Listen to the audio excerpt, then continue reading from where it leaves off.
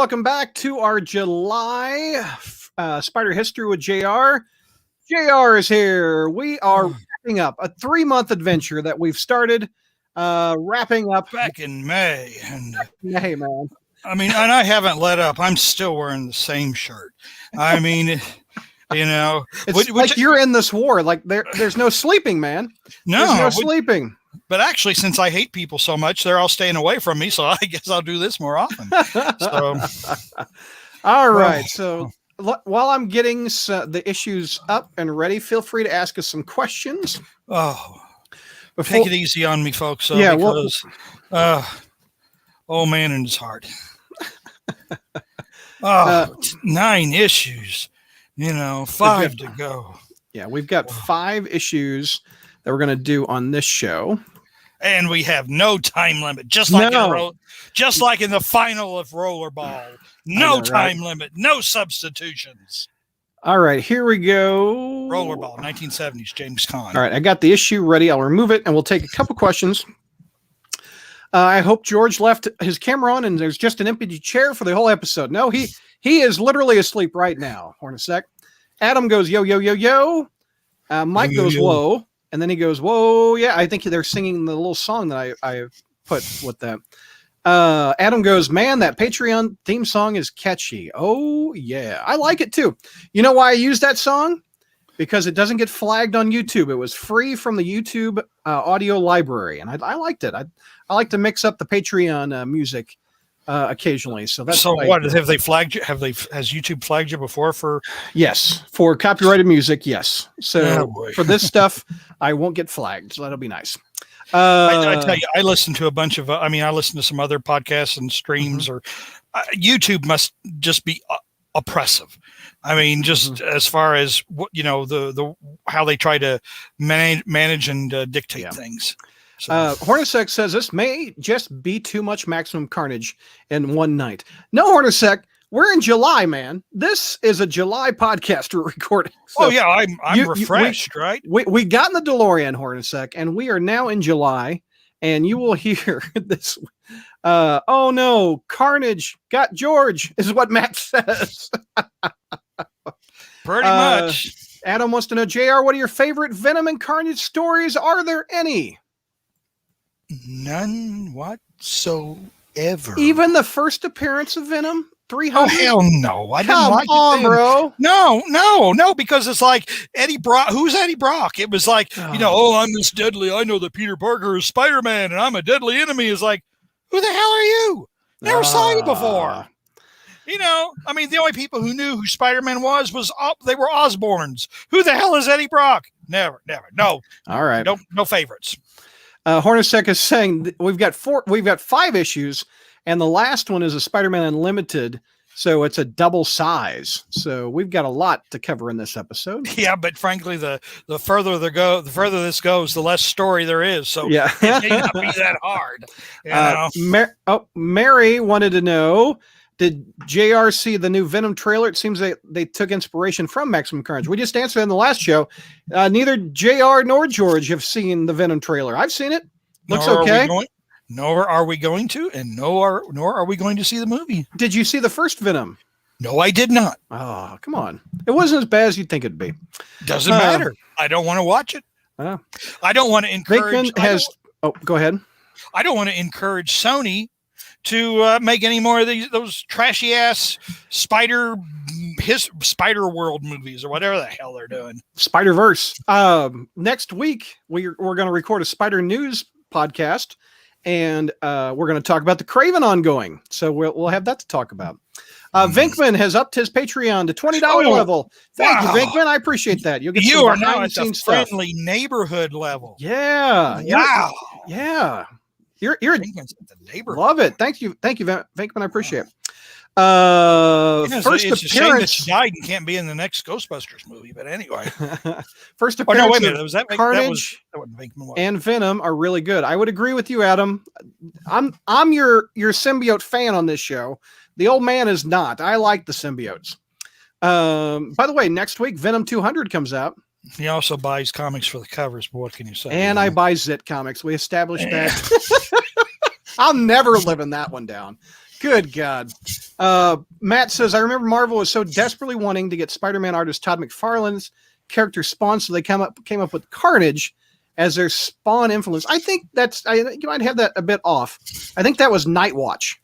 I think that Night Watch was the McFarlane Spawn takeoff.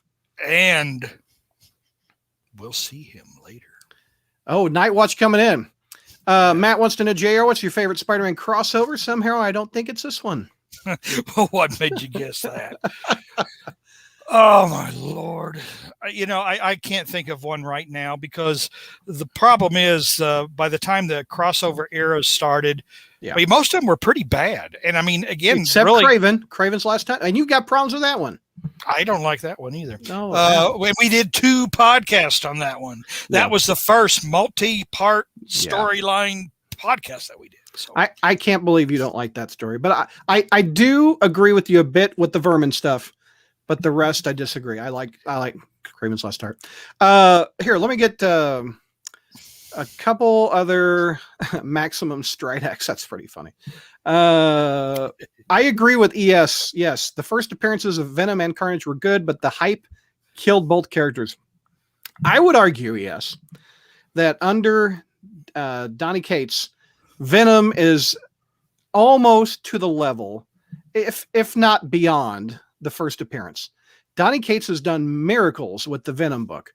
I just love what he's doing currently. And it's sad next week his run is coming to an end with Venom 200. But again, I am the symbiote person that likes symbiotes. The other person to my right does not. Is Donny Cates the guy that had to apologize to the artist? Or was that? Or no, that was Tom King. Sorry. Okay. No. Brock bonded with the symbiote, and the symbiote knew his identity. What's wrong with that, JR? Because we never met Eddie Brock before. So there's no build up to it. There was no build up whatsoever. See, you forget. You forget. I mean, I remember. That's why I'm here. Mary wants to know, JR, if you were stuck on an island with Tom Hanks and a volleyball and a copy of Maximum Carnage, I made up the Tom Hanks stuff, Maximum Carnage or Maximum Clonage, what would you keep to read? Yeah, I know. Let me predict your answer. You are building a bonfire out of the paper. I'm using the razor blades I bought with me to slit my wrist before I have to make that choice. Oh, no, actually, you might use the paper for the bathroom. Yeah, there you go. Well, in fact, I just watched last week. The Day After Tomorrow or whatever. So actually, if it's cold, I might tear them apart and stuff them in my for warmth. So Ace versus Knight. Wasn't Venom supposed to be a woman who lost her pregnancy because of Spider? Yes, that was the original concept. Yes, yep. And the editor told Michelini that he didn't. I don't know if it was Jim Salicrup, but didn't believe that that the readers would perceive a woman as being a tough enough opponent for Spider-Man. Yeah. Again, sometimes you gotta wonder. I mean, what? Yeah. How long had like Wonder Woman been kicking ass? Since the 1940s or whatever. Yeah. But an 80s audience isn't going to believe that a woman whose powers are jacked up by an alien symbiote could take on Spider-Man. Heroing wants to know what is J. Jonah Jameson's first name, because I feel that they've never told us, but I don't know if they've revealed it. Do we know? I don't believe. That would be my guess. Is that what his name is? John Jonah Jameson? That would be my guess. And, I mean, it makes sense. I think that's logical. But isn't that his dad's name? Probably. But who needs to know? I mean, J. Jonah. It's just one of those things you don't need to know. Yeah. But I would imagine that it's John. So. ES says JR would rewrite the first 10 years of Spider-Man in the sand. He has it memorized. No, it's not Jethro Jonah Jameson, and it's not Jolly Jonah Jameson. And Didymus says Brock was meant to be a celebrity stalker character, JR. He was? Oh. I mean, I don't know. And then first time I heard J-A-Y, J. Jonah Jameson. Oh, maybe. Oh. Yeah, just like the J in my name is J-A-Y-A-R-E, J-R. Yeah. All right. Web of Spider-Man 103. Alex Savick. Did Kavanaugh write this one again? Let's see. Let's see here. I can't tell it on the first page. Yes, he did. Second page. He's on the second page. Okay. All right. Well, we got good gosh. There's Eddie Brock.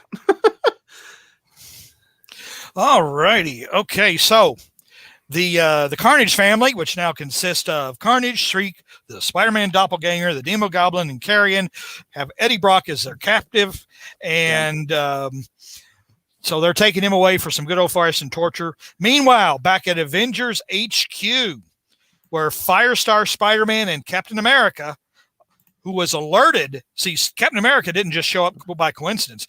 He was alerted by an alarm. Spider-Man's team tripped at Fantastic Four headquarters, and the only Avenger to return to New York from an out-of-town mission. Of course it was. Who returned? So Cap was the only one that returned, huh? And actually come in on the focus on that those boxes there to the left. Oh. Yeah. Okay, so you'll notice, but finding them wasn't hard. All he had to do was follow Carnage's team's path of destruction. Okay. Well, it's a shame Deathlock didn't do that. He might have got to the action earlier. His dial-up broke, man. Dial-up broke. Captain America just followed the action, whereas Deathlock had to tap into the information center and analyze information at a faster speed than any human being could process to find out where they were. But Captain America just looked out and said, "Hey, there's that trail of bodies." Well, that's the difference between a 1990s hero, Deathlock, on dial-up, and a 1940s greatest generation hero, Cap. He looks out the window, the other one gets on AOL. I guess. But after all, Deathlock is no Captain America. So, Yes. Besides, as Spider-Man says, Captain America is on the job now. So Carnage and his cackling carnival of chaos have already lost the game. And then Captain America says, wholesale destruction and suffering is never a game. To which, in response, Spider-Man pulls up his shirt. And says, flashes Cap. What's left of my battered ribs are a painful reminder of that, Cap. My battered ribs. Yeah, so he just pulls up his shirt. Hey, Cap, looky here. Look at this. Hey. And then he turns around and goes to Firestar. Hey, Firestar, since one redhead is as good as another, my God. Want to take a closer look at my cracked ribs? Oh, God. Maybe God will take one of my ribs and make a woman out of you. Oh, God. Okay. Jesus. He's losing it, folks. He's losing it. And we're on issue one, the last one of 5 more. Okay, go ahead. Look at these ribs, baby. Oh, my God. Kansas City doesn't have this good of ribs. I was about to say, wouldn't you like to savor these ribs? Oh, God, I got to get it off the screen. These succulent ribs. Man, I mean, Adam, honestly, I am not putting that comment on the screen. It's honestly this stuff. I mean, it's like, although I am a raving lunatic, this stuff writes itself. Yes. LOL, I love you, JR. Well, thank you, ES. I love anybody who goes by their initials as well. But I mean, it's like this stuff writes itself. I mean, it's almost like, it's almost like Mystery Science Theater 3000. If you had any group of people sitting around, look at this, JR. Yeah, look at this. Matt has a question about Venom 200. Does that include all the symbiotic suit appearances? No, that includes issue 1 is Venom Lethal Protector from 93, Bagley and Michelini, that first miniseries. They counted all the miniseries that Venom had in the 90s and with the ongoings that he had, and they got the 200. Again, it's Marvel Legacy numbering. Take it with a grain of salt. It's Marvel Legacy numbering. We don't have to explain it. Yes. So, all right. But before Spidey and Firestar can replay Genesis Chapter 1, Captain America notices someone is trying to hack into the Avengers computer. Is it Morbius? No, it's Deathlock and Finn Jones. Yes. Turns out they were trying to hack into the Avengers computers for information on the Carnage crew. But while Captain America, of course, can't condone hacking. No. Remember, kids, hacking is bad. He thinks they could use Deathlock and Finn Jones because with the rest of my Avengers currently out of the area, And of course, I have absolutely no way of contacting any of them.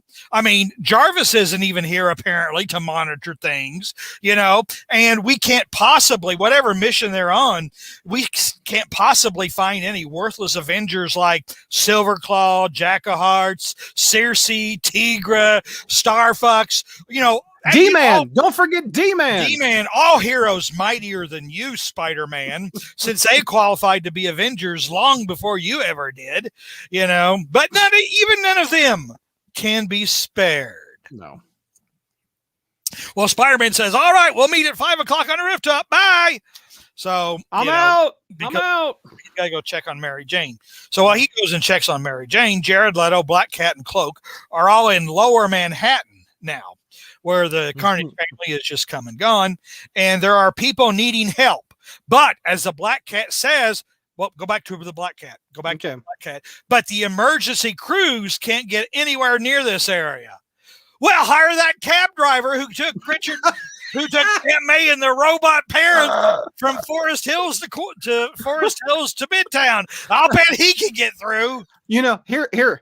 That was the first appearance of Overdrive. He was the taxi driver. No, the taxi driver is white. Overdrive is black. So no. Okay. Unless they did some race switching or whatever. So, but I mean, it just hire the taxi cab driver. Here's the thing. I mean, it's easy to sit back and make fun of these issues, and all the lapses. But the thing is, though, you had 4 guys, and they were guys. Okay, 4 people writing this at the same time. Before Zoom and before any of this stuff, it was a phone call, probably. They were writing this story simultaneously. It's shooting fish in a barrel, really, to pick on the problems, but I love doing it. Hey man, it's 30 years later. We're still talking about it. It's a classic Spider-Man story. Love it or hate it. Been reprinted so many times. It's had a video game.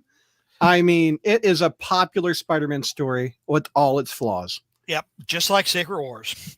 Hey! Now that's a classic story too. All right, go ahead. Yeah, classic to sell toys. Oh, because DC's got a line of popular superhero toys. How do we get people to notice our toys? It's on my desk. I love them so much. I still have the toys. They're right there. Yeah, like I told Spencer when he bought Secret Wars, he was disowned. So anyway. All right. Well, Spider-Man sets up this meeting, so he's going to check on Mary Jane. All right. Anyway, this group of Spider friends is engaged by Carrion, Doppelganger, and Demogoblin, while Carnage and Shriek are at the Statue Liberty in the Torch. They're actually in the Torch, where they got Eddie Brock chained up and dangling over a fire. Now, it's good looking Savick art, man. Yeah, good looking art. We go back to Soho, which is no longer apparently one of the few pockets of peace left on the beleaguered island of Manhattan, because now it's one of the recently damaged neighborhoods where everyday people are just struggling to survive. Look at little Normie. This is like a Thursday for this poor kid. So all of a sudden, it's like Soho notices that, oh, by the way, the rest of Manhattan's on fire. Who would have figured? God. So they're lighting candles and listening to battery powered radios, so how much everything changes in a couple issues, right? All right. Well, everyone else is downstairs. Mary Jane is upstairs alone, waiting, she's smoking, hoping. Yep. She's longing, smoking. And then Peter sneaks up on her and she decides to lecture him, going, how can you keep doing this to me? But Peter disarms her by saying, I love you. And then Mary Jane hugs him, and Peter says, my ribs are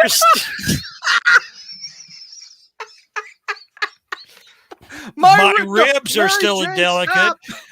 But the thing is, I've still got a few juicy, succulent ones that Firestar didn't get. You want some? What?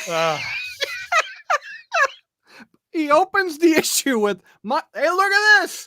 And then he's still talking about the damn ribs. Jeez. All right. Oh, God. Thanks, Mary Jane. Even though it hurt my ribs, but that felt good, All right. All right. All For right. those, all right, people, all right, boys and girls, for All the right. person who was bringing up Spawn earlier, we go back to the fight where some of the spider friends are fighting some of the Carnage family. And on the fourth page of this fight, because again, fourth page, so you got to keep going and going and going. Hold on. And after the Black Cat is almost down for the count, boom, we got Spawn. Night Watch. Whatever, Spawn swoops in and saves her. Night Watch, another original concept from the House of Ideas. And Terry Kavanaugh, right? Yeah, absolutely. I mean, yeah. Venkman goes, my ribs, my beautiful ribs. Spider-Man, maximum ribs. Peter says, MJ, you need to swish a mouthwash for that smoky breath. Yeah, no kidding. She just put away a few packs, didn't she, in that ashtray? I bet her breath smells like that ashtray. Holy cow. But Peter didn't notice because she was squeezing his ribs. So the Spawn. So anyway, we're out of superheroes, so we dig up the Spawn reject. God. Wow. Anyway, Iron Man, Thor, the Fantastic Four. None of these people can show up. Night Watch has time on his hands. He's free. He's got time. So now we've got a hostage. Okay, hold on real quick. Look at that shot. That's so Spawn. Look at that. That's like a blatant ripoff. Adam goes, Todd really should have sued him over Night Watch. Jesus. But if you look at Spawn, his eyes are very venomy. He probably should. Todd was probably too busy counting his money, and it slipped by him. But or he was paying Tony Twist for that lawsuit, where the hockey player that McFarlane based a mafia character on, or whatever, and the hockey player apparently successfully sued him. And then, he was paying $3 million for Mark McGuire's 60-second home run ball or something too. So anyway, all right. Anyway, so Todd had a lot of distractions. Real quick before let me go back. Let me get the panel back so I can put this comment on the screen. Hold on. Let's see. God, it's like a Fleetwood Mac song. Hold on. Where are the ribs part? Where are the ribs? Okay. It's right around here. Well, I've gotten such... Oh, my... McNulty's in the house! That's what I'm trying to do. There we go. Okay, McNulty, as MJ tells Peter, I don't want you going out as Spider-Man. I just want my baby back ribs. I thought that was pretty funny. Okay, go ahead. Yes. All right. Well, we've got a hostage situation at the local police precinct. And the prisoners have taken the few surviving lawmen, because we've only had dozens of people slaughtered. Okay, only dozens, according to the Black Cat. But there are now few surviving lawmen. Anyway, not for long, Spider-Man comes in to save the day. And after 2 more pages of fighting, Black Cat decides to go home. Cloak thinks that Felicia reminds him of Dagger. Spawn and Morbius, I mean, Night Watch and Morbius go after Carrie and Demogoblin and Doppelganger, and on the roof of Avengers headquarters, Captain America, Firestar, Deathlock, Finn Jones, and Spider-Man all meet, and the issue ends with them ready and raring to tame a wild city. All right. 10 down, 4 to go. All right. God, this issue is pointless. No, man, Adam, the ribs. Hornet says, no, I will not edit that out. Pointless. What do we got? Amazing 380 now? Amazing 380, and bring the cover up, because let me get it. This is another example of where this is just so out of control. And let's see. I'm getting it. Okay. When I saw this cover, it's like, I cannot believe this. Who is the star of the show? Whose magazine is this? The Amazing Carnage. The Amazing Spider-Man. What's the purple box say? Things look bleak for Venom and his pals. Venom and his pals. Not Spider-Man. Wow. Yeah. Not Spider-Man. Yeah. Venom and his pals. Look at the left corner box. Even Spider-Man got pushed up. He could barely fit in that corner box. Man. Venom and pals. Yeah. In the Amazing Spider-Man. This is right when Venom became just as popular as Spider-Man in some people's eyes. Honestly, the Amazing Spider-Man, but it's Venom and pals. Anyway. Yeah, Venom and pals. Again, editor, so anyway, the issue opens in the torch of the Statue of Liberty, where Carnage with Carrion are torturing Eddie Brock / Venom over the fire. And it's funny that they're in the torch because the torch has been closed to the public for about 100 years. Oh, yeah. And yes, because in 1916, Germans, them damn Germans, blew up a munitions dump on Black Tom Island. And the force was so great that it sent shrapnel into the Statue of Liberty and damaged the underpinnings of the torch or whatever. And so the public have never been, haven't been allowed in the torch since 1916. The Germans, they're always up to dastardly. You get spider history and United States history in this episode. There you go. Black Tom Island, everybody, look it up. Yeah. German terrorism. But who busts into the torch? Oh, yes, of course.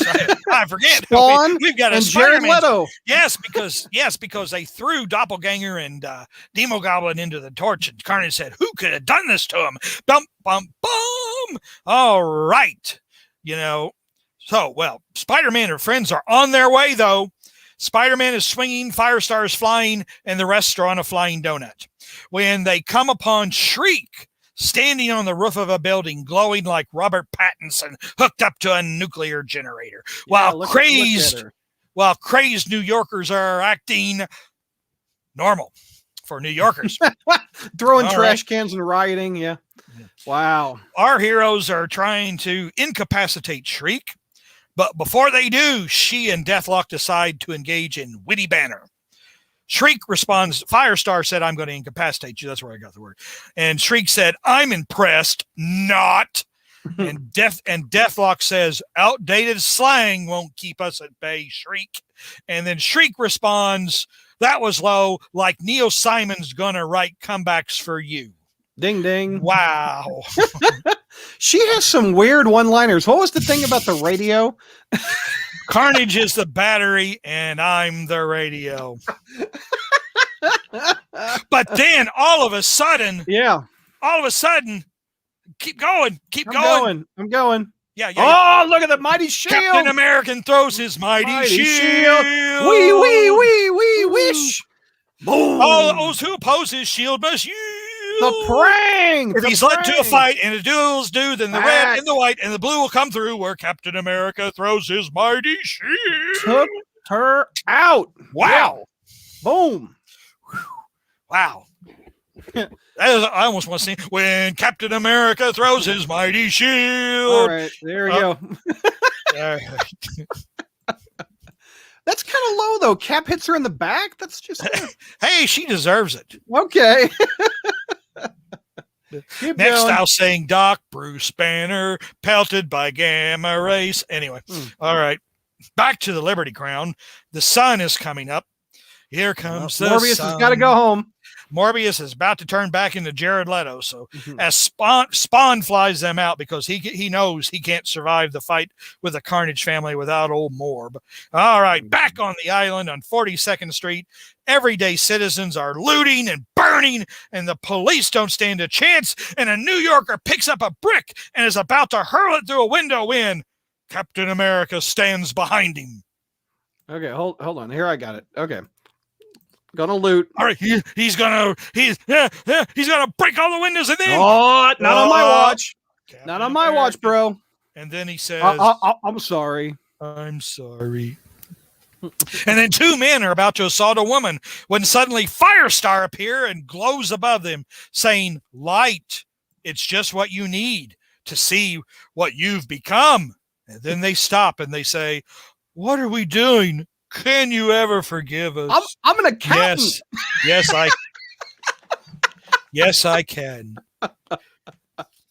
Oh my God. There's a guy stealing a computer, because it's got an 80 meg hard drive. Oh, An wow. 80 meg hard drive. Wow. I would steal a computer just to get that 80 meg hard drive. Oh. All right. I deserve it. The thumbnail of this podcast is bigger than that hard drive. What happens to the computer thief? Does Morbius get him? Deathlock stops in and says, computers make life better, son. Stealing them doesn't. I know. I'll put it back, Deathlock. What is Deathlock? 7'3" to this dude? But anyway, Finn Jones comes upon a dude using martial arts to beat up everyone around him. But the Fist says, martial art, in his best Mr. Miyagi, martial arts should honor their master. Using them for vengeance brings not victory, but shame. And then your words cleanse my spirit, Sensei. I apologize. What is all the heroes just going around? And then Spider-Man, after he takes care of these two guys, Spider-Man stops a woman from throwing off her two kids off the roof just by standing there. Because he's Spider-Man. And he thinks to himself, what the heck? Yeah, she's going to do it. She's going to throw her kids off. They're screaming and crying. I'm sick of this lady. Don't.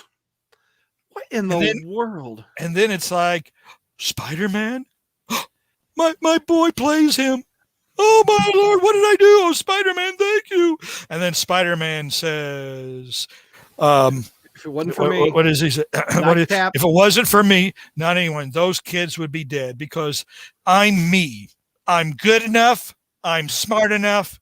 And doggone it, people like me.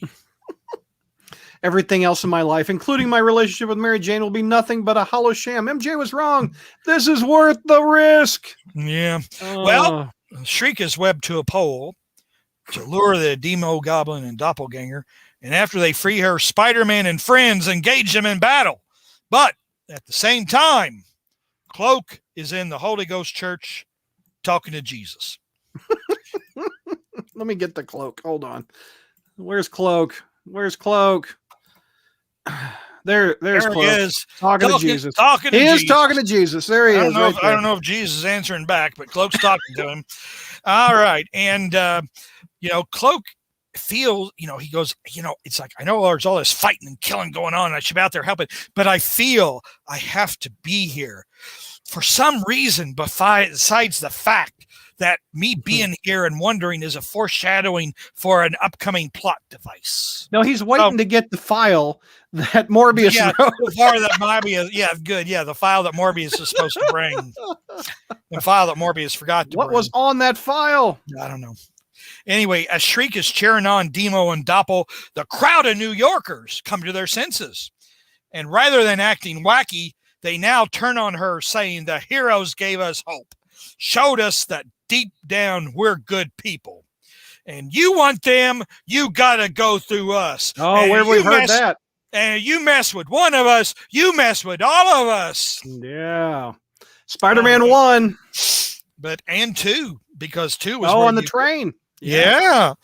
Back, and then it's like back in Soho, Liz says, just by being there, their heroes turned the tide.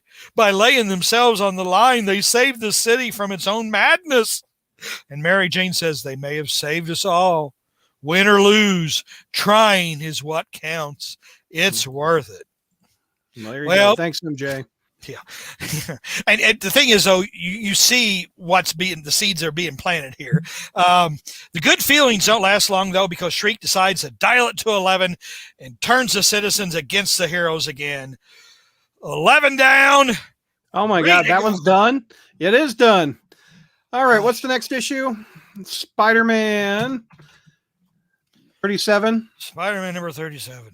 All right. Let's get there. Breathe, my friend. Breathe. I may have to have Spencer come down and give me CPR or something. He's upstairs.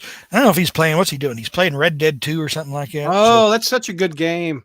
Oh yeah, Such a yeah. good game. Dutch was crazy though. I don't know what was going on with Dutch, Mm. and then it's like and then Sadie, there's Sadie's kind of wacky, and everybody's just kind of wacky. All right. All right. Inside Venom. Yeah, you're not buying this for Spider-Man. You want Venom. Give me guest Venom. Starring Marvel's greatest action heroes. Yeah. Oh, really? Fantastic Four's in here? Iron Man, Thor? Are they in here too? No, Morbius and New Warriors. Night Watch is there. Is Night Watch in it? Night Watch is in it. All right. Yeah, Night Watch is going to make such an impression in Captain America asking to be an Avenger. Oh. And Spider-Man will say, why can't I be an Avenger? No, forget it. Screw you. Anyway, so the news is recapping the fierce battles that are going on in the city. And back in Soho, Robot Dad is freaking out, saying like he feels like he's in prison again.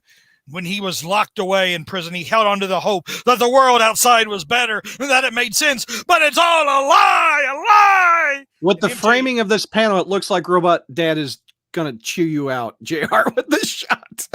Mary Jane says she's had enough, and she says, shut up, Robot Dad. You may be my robo father-in-law, but I am sick to death of listening to you. Why don't you just power down, Robot Dad? Yeah, power down, Robot Dad. Hit him in the back like Data, and it's off button. You saw what happened out there. The heroes stood around and did nothing, but just being there touched those people and made a difference. And you know why? Just them being there made a difference, because the writers have no idea how to really end this, and so this is a setup for some metaphysical mumbo jumbo to save the day. Hornacek says we need Spencer to come downstairs, put a towel around JR's neck, try to lead him away, but JR throws it off and comes back to continue, a la James Brown. Yeah. Get up off of that thing. So, Robot Dad, shut up and let the plot device unfold. Exactly. All right. Back at the Liberty Crown, Venom is begging for his life. But that's just a trap, a distraction, because Venom, by dragging this out and distracting Carnage, all right, he's able to gives Eddie Brock time, to grow his mullet back, just like Samson. He grew his mullet back. Just like he Samson, did, didn't he? He distracts Carnage long enough to grow his mullet back. He grew his mullet back. And he breaks away because the mullet gave him the strength. You know how he got away? Because there's a party in the back for a mullet. So he got out the back door. Look at Venom get away. Oh my gosh. When a mullet puts its mind to something, it'll get it done. That's what we learned from Maximum Carnage. It happened in the Bible. Samson's hair grew, and he was able to bring the temple down around the Philistines. Eddie Brock's mullet grew, and he was able to break free of... look, Hornacek is just quoting it, just like you were. Yep. Meanwhile, Cloak... he's talking to Jesus. We got a religious thing. No, he's not talking to Jesus. Okay. Jesus didn't answer. Oh, okay. All right. We go back to the Holy Ghost Church, and Cloak is has given up trying to get answers out of Jesus, because Jesus ain't answering. So he starts talking to a statue of an angel. What do you want from me? All right. Because he has this deep feeling. You see, he's talking to an angel. He got tired of talking to Jesus. Jesus didn't answer. All right. So it's like, I'm feeling something in my heart and in my soul. I feel that it's all part of another plot device, but I can't figure out which one it's going to be. And I don't know what it means. All right.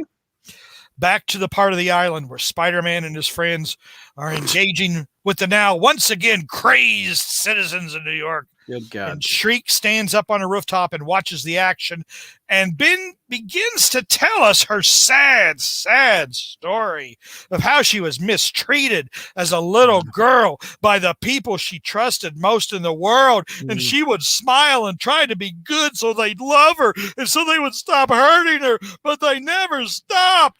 And I'm thinking, what the hell is this bleeding heart bullshit that just showed up?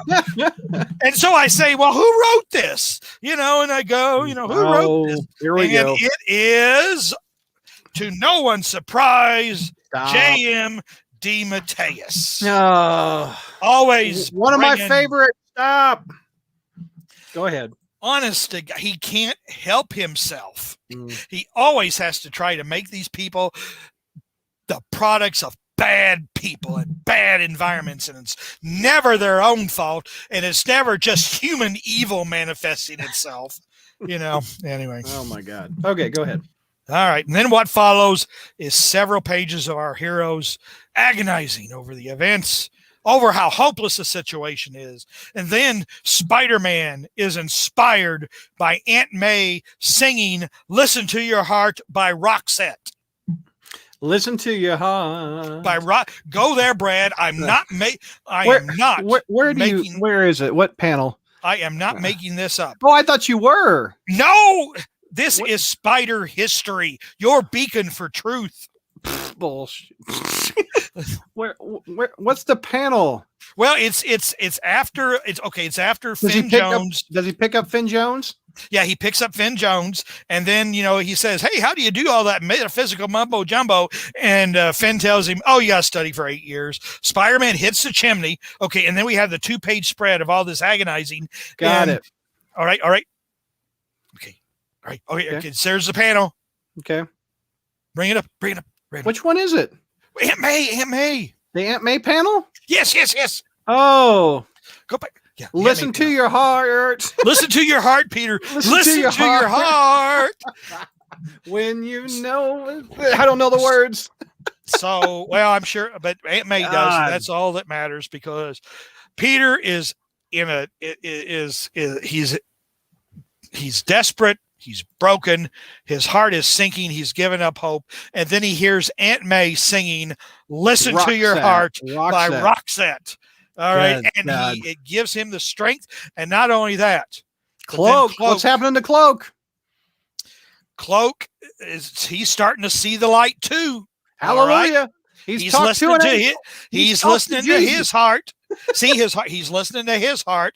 And then we go back out to the streets where our heroes and villains are about to engage in another massive throwdown, when all of a sudden everything gets bright and we hear Cloak say, "Your darkness will not spread beyond this point, Carnage, for the time has come."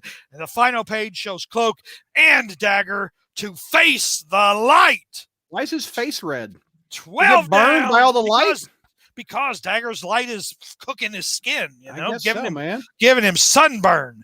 All right. 12 down, 2 to go. Oh my God. We got to get, Spec. What's Spec's number? 203? 203. All right. Hold on. Oh, viewers, you're getting your money's worth tonight, baby. Oh, have mercy. This story won't end. It's got who knew this is. I read this story 30 years ago. I didn't know Morbius could type and hack. I didn't know that Cloak talked to Jesus. Venom grew a mullet, can grow a mullet on demand. What's the Spider-Man loves Roxette? And Aunt May can sing.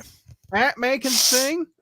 Someone spray JR with some water to cool him off. Says Hornacek. I don't know. I'm so hot that I might crack with cold water hitting me. Adam says Dagger lives, and people just shrug. All right. This is our pal Sal. Let's take a look at Spec 203. All right. The issue opens.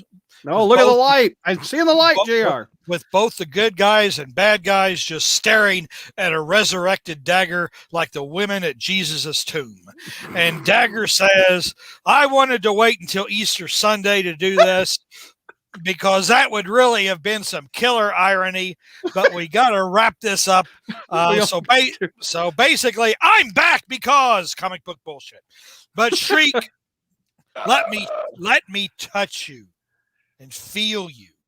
And fill you with light because you had such a hard life, and I forgive you. Okay, so wait a minute. Who wrote this now? Oh, J.M. DeMatteis again. Yeah. All right. Oh man, All right. Dagger's So- going after Shriek. Yeah, and now we're going for some heavy Christian symbolism, because what you thought was merely a costume designed to show off some of Dagger's cleavage No, it's a sword. It's a dagger. really evokes to me. Well, yeah, a sword. It looks like a sword, but it also, in a way, looks like a cross. Oh, okay. I When got you, you. when Cloak bathes her in Shriek in light. So Got it. anyway, so I gotta make sure. Okay, good. Anyway, but then, well, when you come back from the dead, you ain't quite got it, because even in the Bible, when Jesus said, "Don't touch me, for I have not yet ascended to my Father who is in heaven." So, so Dagger's kind of weak. And so anyway, so folks, now you get just Spider history, but you get American history, and you get the Bible. Where else can you get? So JR, how George's mom was listening on a couple shows ago. Yeah. My mom just texted me a YouTube video of Roxette. Listen to your heart. Oh my God, Brad, your mom's cool. Your mom's cool. Oh, thank you. I'm a fan of her too. Man, look at Roxette. Yeah, I don't know. I don't know why God cursed her with you, but your mom is cool. You must have been adopted. That text. You must have been adopted, boy. We talked about if George's mom came on, my mom came on, and your wife comes on, the trifecta is going to happen if we aren't careful. Well, fortunately, my wife is visiting her mom, so she is not going to be watching this podcast. Yeah. So anyway, all right. So anyway, the post-resurrection glow kind of wears off as Dagger's filament burns out and breaks, and Spider-Man swoops in and saves her. Okay. Well, but he's really impressed. He says, "Dagger, I want you to know that you're my hero, and you've given me an idea." So anyway, the Carnage family then once again resumes to fighting amongst themselves. I think is this where like Carnage, because basically Carnage doesn't like it that Shriek kind of went out on her own and killed people, because Carnage is very misogynistic. Gwen Douglas says, "Thanks, JR." It's Mrs. Douglas. Mama Douglas, I am honored. I am honored that you have spoken to me. I just have the greatest amount of respect and sympathy for you, considering the little hellion that you had to raise. So, all right, where were we? We're talking. All right. Okay, so anyway, the Carnage family's fighting amongst themselves, and all of a sudden, then they notice that the heroes have run away, except for one. My man, look at him. The first thing I thought is, I said, Brad is going to eat this one up. Love that. It's Sal Buscema art. Oh, he's ready to throw down. And Spider-Man says, everyone else has run, but not me, because Spider-Man's no quitter. No doubt. And I am just going to come and I'm going to kick all your asses. Yes, bring it. So then 4 pages of fighting. Fight. Here, I got it. I'll do it real quick. Fight. Oh, Spider-Man's being brought to his knees. Oh, but what happens? What happened? It's not just floating heads of guilt. Mm-hmm. It's glowing floating heads of guilt. That's like a power up if this was a video game. Wow. I mean, I don't know. This is really getting to Spider-Man down to the very depths of his soul. But when he seems to be down for the count, but does he have to be? He doesn't need to be rescued by. Well, not this guy. He's been distracted. He's distracted them long enough for Deathlock to put this machine on himself and emit a beam of light from a very unfortunate. The only surprise is that it's not yellow. Oh, stop. What an unfortunate way to shoot the gun. Okay. Oh my Lord. Yes, it is. And he didn't stop at the drugstore first. Oh, My look at this thing. It's just going all over here. And it's a good beam. See, this is it. It's a good beam. He has good flow. Yes. That's right. It's a good beam because it's a beam that is a sophisticated biofeedback device that amplifies the brain's calming alpha waves, overriding Shriek's tide of inner darkness within countered by this inner light, and the light turns Carrion back into Malcolm McBride. Oh yeah, I got a panel of that. Let me show you that one. There you go, Malcolm McBride. Chi-Town's here. Chi-Town. Chi-Town and I are about the same age. We both read this in high school. I read this when I was 18 in '93. Yeah, I was about to say, you put the two, and if you two put your heads together, you still can produce one follicle of hair. So anyway, look at how easily this goblin goes down.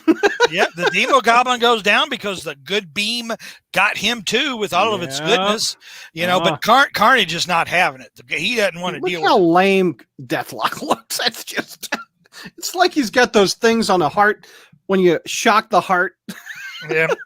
Yeah, they put him up against it. Oh, look at Carnage. Yeah, Carnage ain't having none of it. No, he's having to face his feelings. No. So it's just Fakathoom,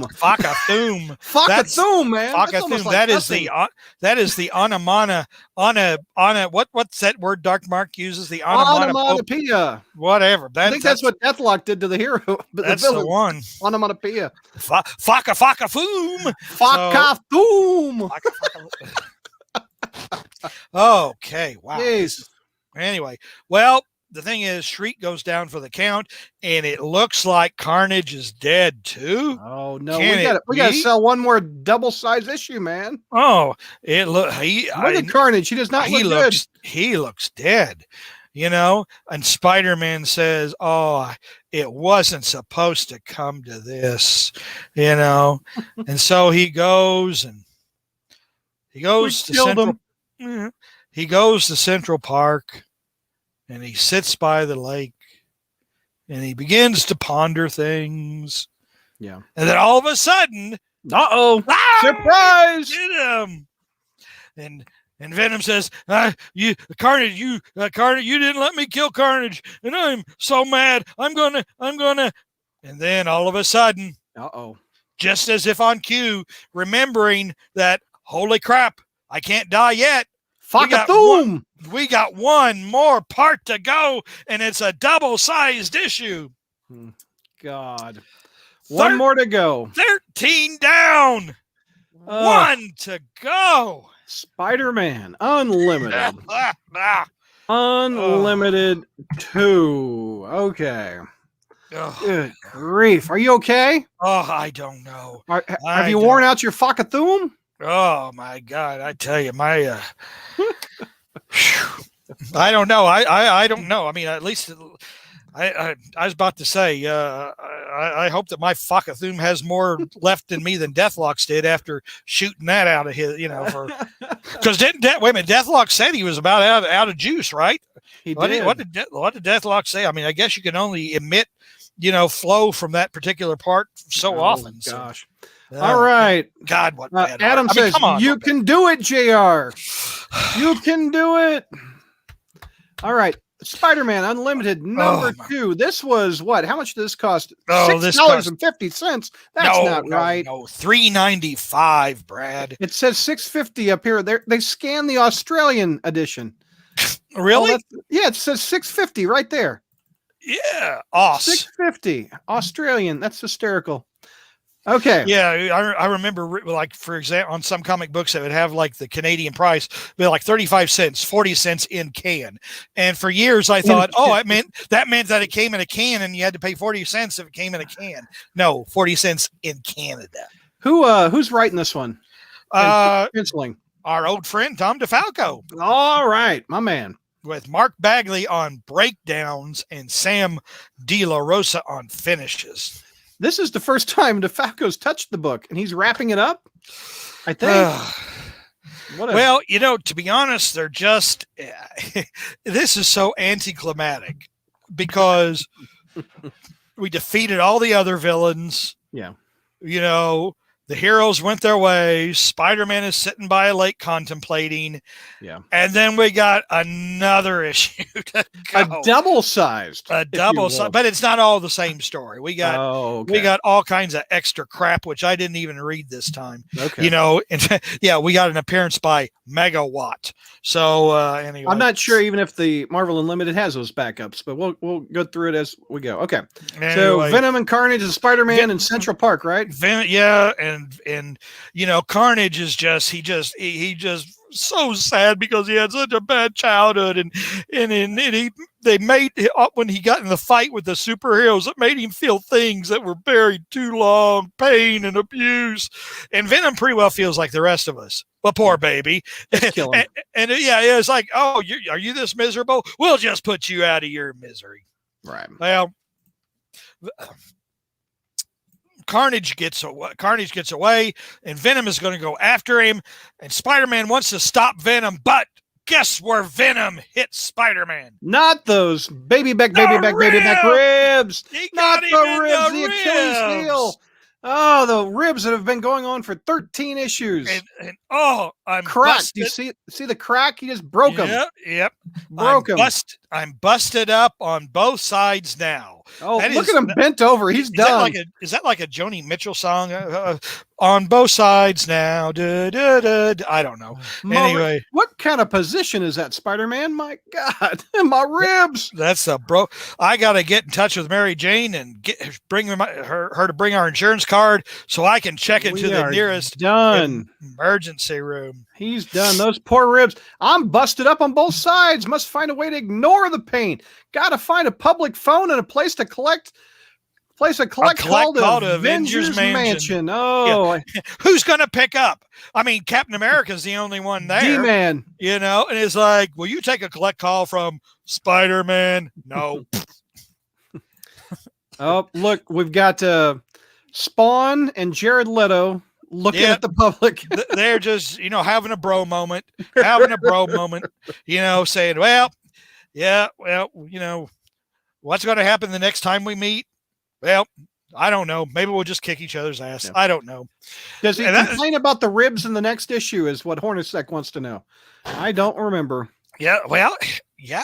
He got smacked in the ribs, and the next pages are in the emergency room, where Mary Jane comes to visit Peter, or comes to see if Peter's there, and she comforts a pregnant woman who finds out that her husband is alive, and Peter comes out with his ribs bandaged.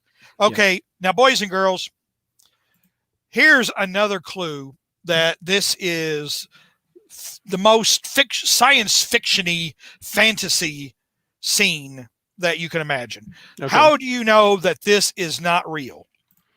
What the ribs? No, well, the scene. How do you know that this scene is pure fantasy?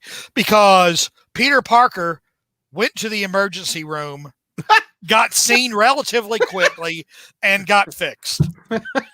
and in the middle of a pandemic or a natural disaster.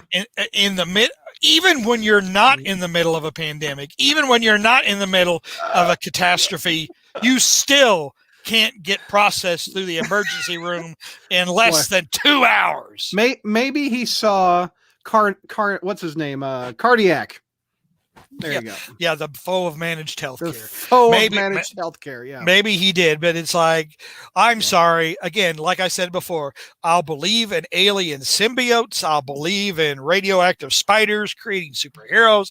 I'll believe that Marvel will steal IPs from Todd McFarlane and no one will care. But I cannot believe that Peter can go to the emergency room and get seen and fixed up immediately. Yeah. I'm sorry. That's a bridge too far. Yeah. So that sci-fi, not believable. Not believable in the slightest. Well, Mary Jane says, "Hey, you go stay home now." No. Carnage is still out there. But see, Carnage now is kind of, going a little bit wacky. He goes to Rikers. He breaks into the cell where he used to stay there with Eddie Brock. He and Venom, and Venom follows him and they get in a fight. And then Carnage runs away. And then And then Peter finally goes back to Soho for the first time, and he meets the robot parents again. Yeah. And Dad's ticked. Dad's about to crash. Robot dad is saying, well, yeah, this is over, but it's never truly over. Evil will always come back. The monsters will always come back. And Liz says, they don't always come back. What about my poor Harry? Yeah. And then next panel. Look at the look. Oh, that's an Osborne look, man. Look, the hair glare from little Normie. Look at the hair. It's getting into Norman's style right in that panel. That kid is going to be a goblin someday. Oh, one day. Or at least maybe he'll be a little Carnage someday. Oh, man, that you put raisins in them. You deserve to die. Well, I tell you what, man. He hasn't aged in 30 years, has he? He was about the age when he was taken over. He's probably about 5 there. He was probably 6 or 7. Yeah, him and Franklin Richards drank from the same fountain of youth. So, hold on a sec. Robot Dad needs to have his emotion chip switch from a-hole to nice guy. At least Spider-Man Peter didn't have to wait in a Canadian emergency room. JK, Canadians. That's funny. I mean, not funny, but that you mentioned that horn sec because, healthcare is far too big of a topic to really cover on this show. But everyone talks about the Canadian style. And you mentioned that because where I used to live in southwestern Indiana, the clinic that our family went to, not that kind of clinic, a real clinic, medical clinic. They were almost completely staffed by Canadian doctors from Canada, and basically, and on the walls were like news stories, and if you think the Canadian healthcare system is so good, this is how long you have to wait for this. And like I said, the doctors were all from Canada practicing down here. Folks, I don't know. America ain't perfect, folks, but not sure everybody else is. Meanwhile, Venom and Carnage are fighting again. Venom and Carnage are fighting, and then Peter and Robot Dad are talking, and Peter and Mary Jane are talking, and then Peter has to. Of course, then we get a big. What are the Avengers doing? Oh, those are just memories. Okay. He's just talking about the world is full of men and women who have the courage in their hearts to do what's right, even though they don't bother to show up to this catastrophe. That put Mary Jane to sleep. Yeah, even though that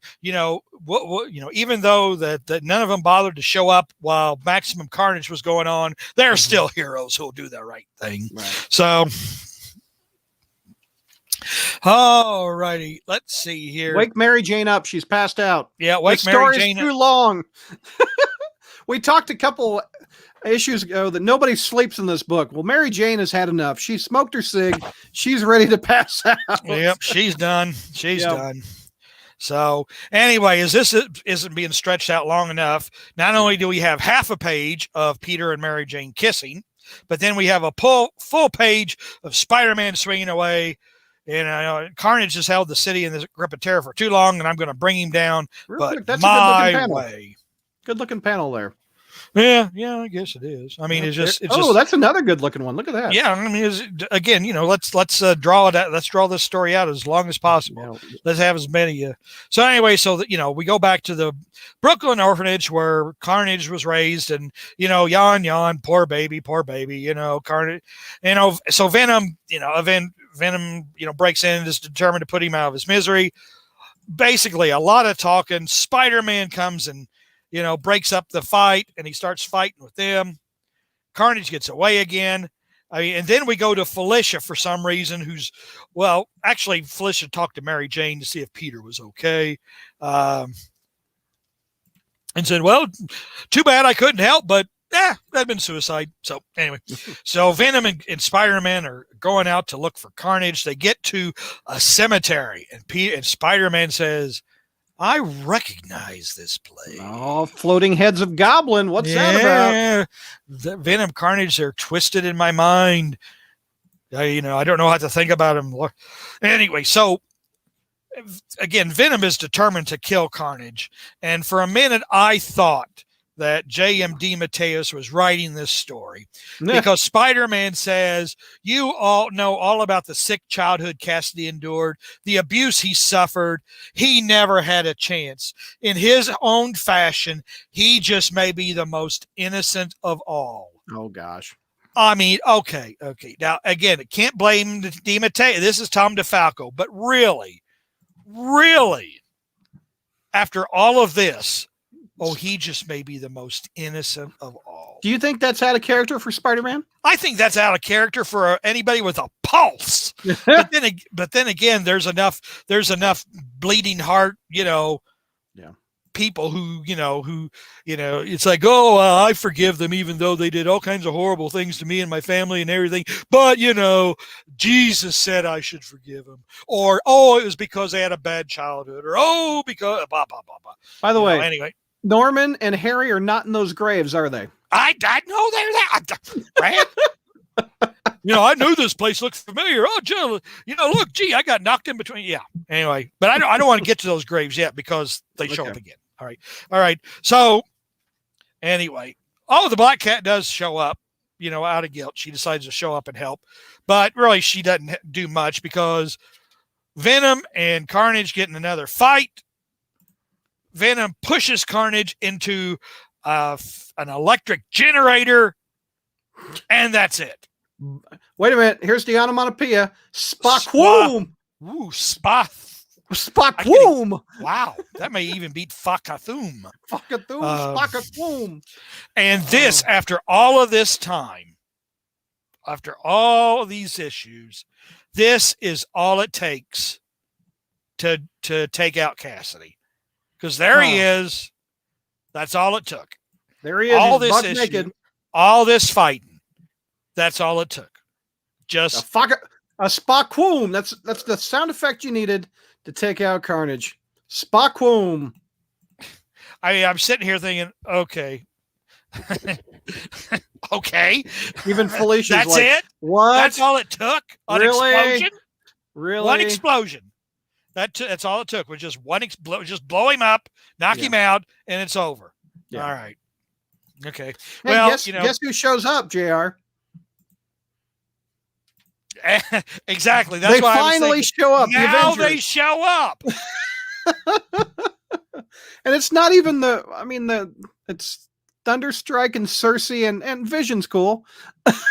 But it's like, yeah. The Avengers Quinjet shows up. Right. After it's like, come on, really? Come on, Avengers. Really? Fuck-a-quoom. Well, at the end, Peter and Spidey and the Black Cat are talking. Monsters, I don't know if we're ever going to be safe, Peter, because monsters like that have a way of always returning. And Spider-Man says, you need to have a little faith, pretty lady. Believe it or not, last panel here. Believe it or not, some monsters stay dead and buried forever, and their ghosts can't haunt you unless you allow them. I hope. Little did he know. Nobody's in those graves, are they? Nobody's in those graves. I don't know, though. We still don't know about Harry. But then again, Nick Spencer just took another job with some kind of startup company. Did you know that? I saw that, yeah. Yeah. So I don't know. That's how we end it, man. And that is it. Let me see 14 issues. Oh yeah, they don't have the rest of the backups on the Unlimited. Well, Hornacek says that last panel is a bunch of lies. That ending, all lies. McNulty, look, it's the Team Jacket Avengers. Maybe it's a good thing they didn't show up. Felicia thinks about waiting to join the Avengers here. That was a Spider Jeopardy question a few years ago. I think. Wow. Not just here, Hornacek. You were saying boys and girls. What were you saying? I just say boys and girls. 3 months to tell. 3 months, 14 parts. Bravo. You have been treated to an epic Spider history. This is going to be collected in a trade podcast edition and reissued every 10 years, Oh. and I'll be dead and Brad will still be reissuing it, making money because that's just how he rolls. That's how Maximum Carnage rolls. Yeah. The story that has taken on a life of its own. There is nothing more to say about it. I mean, well, I knew it was a garbage story, but honestly, God, it's terrible. Terrible. It has its moments. No, it doesn't. It's stupid. I mean, come on. I mean, writers contradict each other. Yeah. Situations happen that couldn't possibly happen. Mullets grow and shrink. Yeah, mullets grow. Morbius has a manicure. What was on the file? What was Morbius going to do? I don't know what was he going to do. Why? I don't know. Apparently they didn't need it, all they needed was for, a good, dagger to show her light, and everybody finds Jesus, it comes out with a magical, mystical. Yes, I know it was tuned to alpha waves, blah, blah, blah, blah, blah. Come on, folks. It's like so this whole thing goes into chaos. Okay. New York is falling apart. The city is burning, everything. But all we got to do is shine a good beam on people, right? And that takes care of them. The good beam. I mean, Demogoblin is throwing black pumpkin bombs and everything, but a beam of light takes him down. Yeah, and a beam of light takes Shriek down, and it drives Carnage crazy. Yeah. Because it's full of good emotions. Oh. Talk about it. No, come on. You. In other words, they had no idea how they're going to end it. They set up a story. They had no idea how they're going to end it. Well, that's how they did the last 3 Star Wars movies. They didn't have an ending. Hornacek wants to know what Spider History episode could possibly follow this. I have the answer. No, I'm retiring. No. We're going to review every clone issue from now on. We're going to take them in chunks. No, I'm just kidding. I wouldn't wish that on JR. You know what? I think, Brad, I should retire. I shall announce my retirement on this show, right? No. Actually, you do. You want to make the announcement now? Yes. I've told people before. It was on. Yeah. What's next? What's next on Spider History? Next is The Child Within. Yeah. We're probably going to do 2 shows. It's probably going to, assuming how it goes. I mean, but it's August and September. Or no, August, September. So basically, it's a 7-parter because there's a aftermath. But we'll probably do like 3 issues and then 4 issues. So that will be Spider History for August and September, boys and girls. Yeah, man, that's what's coming up. So we've got this year figured out. Well, we have it until September at least. If you want to ask some questions, I know several people have been wanting to ask questions. Now's your chance. They have. They've been wanting to ask questions. Matt says the nightmare is finally over. What's next in Spider History? We just said that. Brad and JR with the giant size 70 minutes Maximum Carnage. No, dude, this is more than 70 minutes. This is 3 hours. Well, actually, I think last one was an hour. Yeah. This is an hour. Yeah, and the previous one was an hour. This is 3 hours. I think the previous one might have been 2.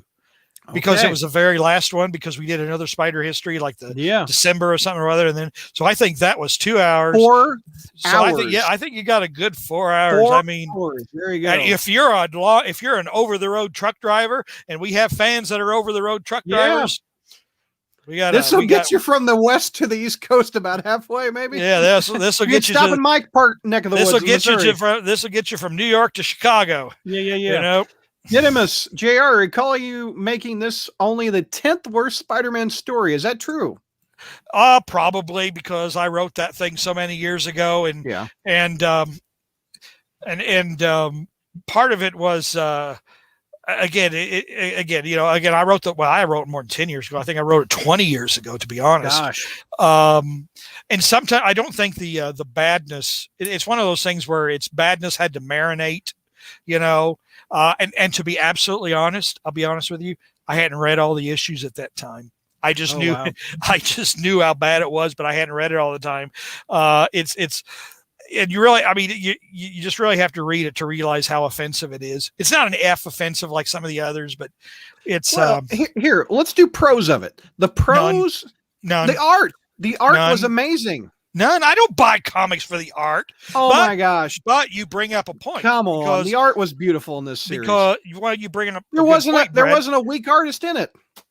Because the well, I tell you what, it's funny you mentioned that. When you think about it, it's like I don't buy comics for the art, but when you think of some of the ones who are drawing now, like Humberto and Chris Bachalo, and it's like, would you? They don't hold a candle to these guys, Bagley and Buscema. Yeah, and these guys are. You got to admit that's a pro. The art. But here's the thing, though. That's the problem with the '90s. The art was more important. It was like artists do the story, and then someone will go in and fill some word balloons later. That's pretty well how it was back in those days. There's two of my favorite scenes in the thing: the Captain America scene. Oh, I he love throws the his mighty shield. Yes, that's one of my favorites. And then Spider-Man with that full page. All right, guys, it's just me. Let's go. I love that scene. Those are two great scenes. I like those scenes. That's a pro. The cons are that it's padded, mullets grow. It's stupid. The story has no is not logical. Hornacek has a great point. He says Dagger was smart enough to spend half of the story dead and not have to appear. Yeah, she spent more than half of it dead. I think she died in part 3 or something and come back in part 12 yeah, you're right. Mike says jokes on us because didn't Marvel fans rate this as one of the best 100 Marvel comic stories of all time? Yes, I think they did, Mike. I'm sure they did. I mean, like I said, it's like Time.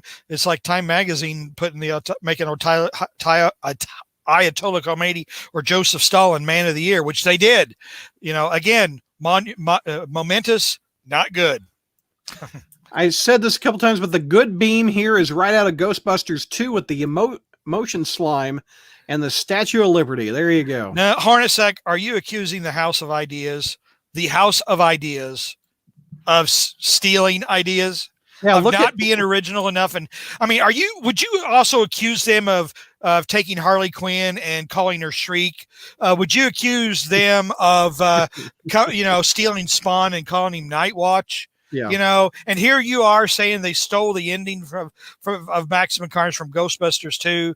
Are you insulting the House of Ideas? He'd never do that. No. Adam says Spider History, Kane watches. There you go. This would have put Kane to sleep. It put Mary Jane to sleep on that one. It would have been Kane's watching, Kane sleeping.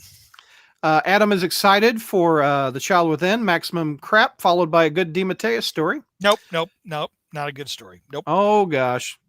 He doesn't like it. Shocking. I don't like A Child Within. Yes. Brad, I found out that the Hulk's power comes from hell. How do you feel that both your favorite characters have a connection to hell and the devil? Well, wait till the next writer, and that will be retconned, I imagine.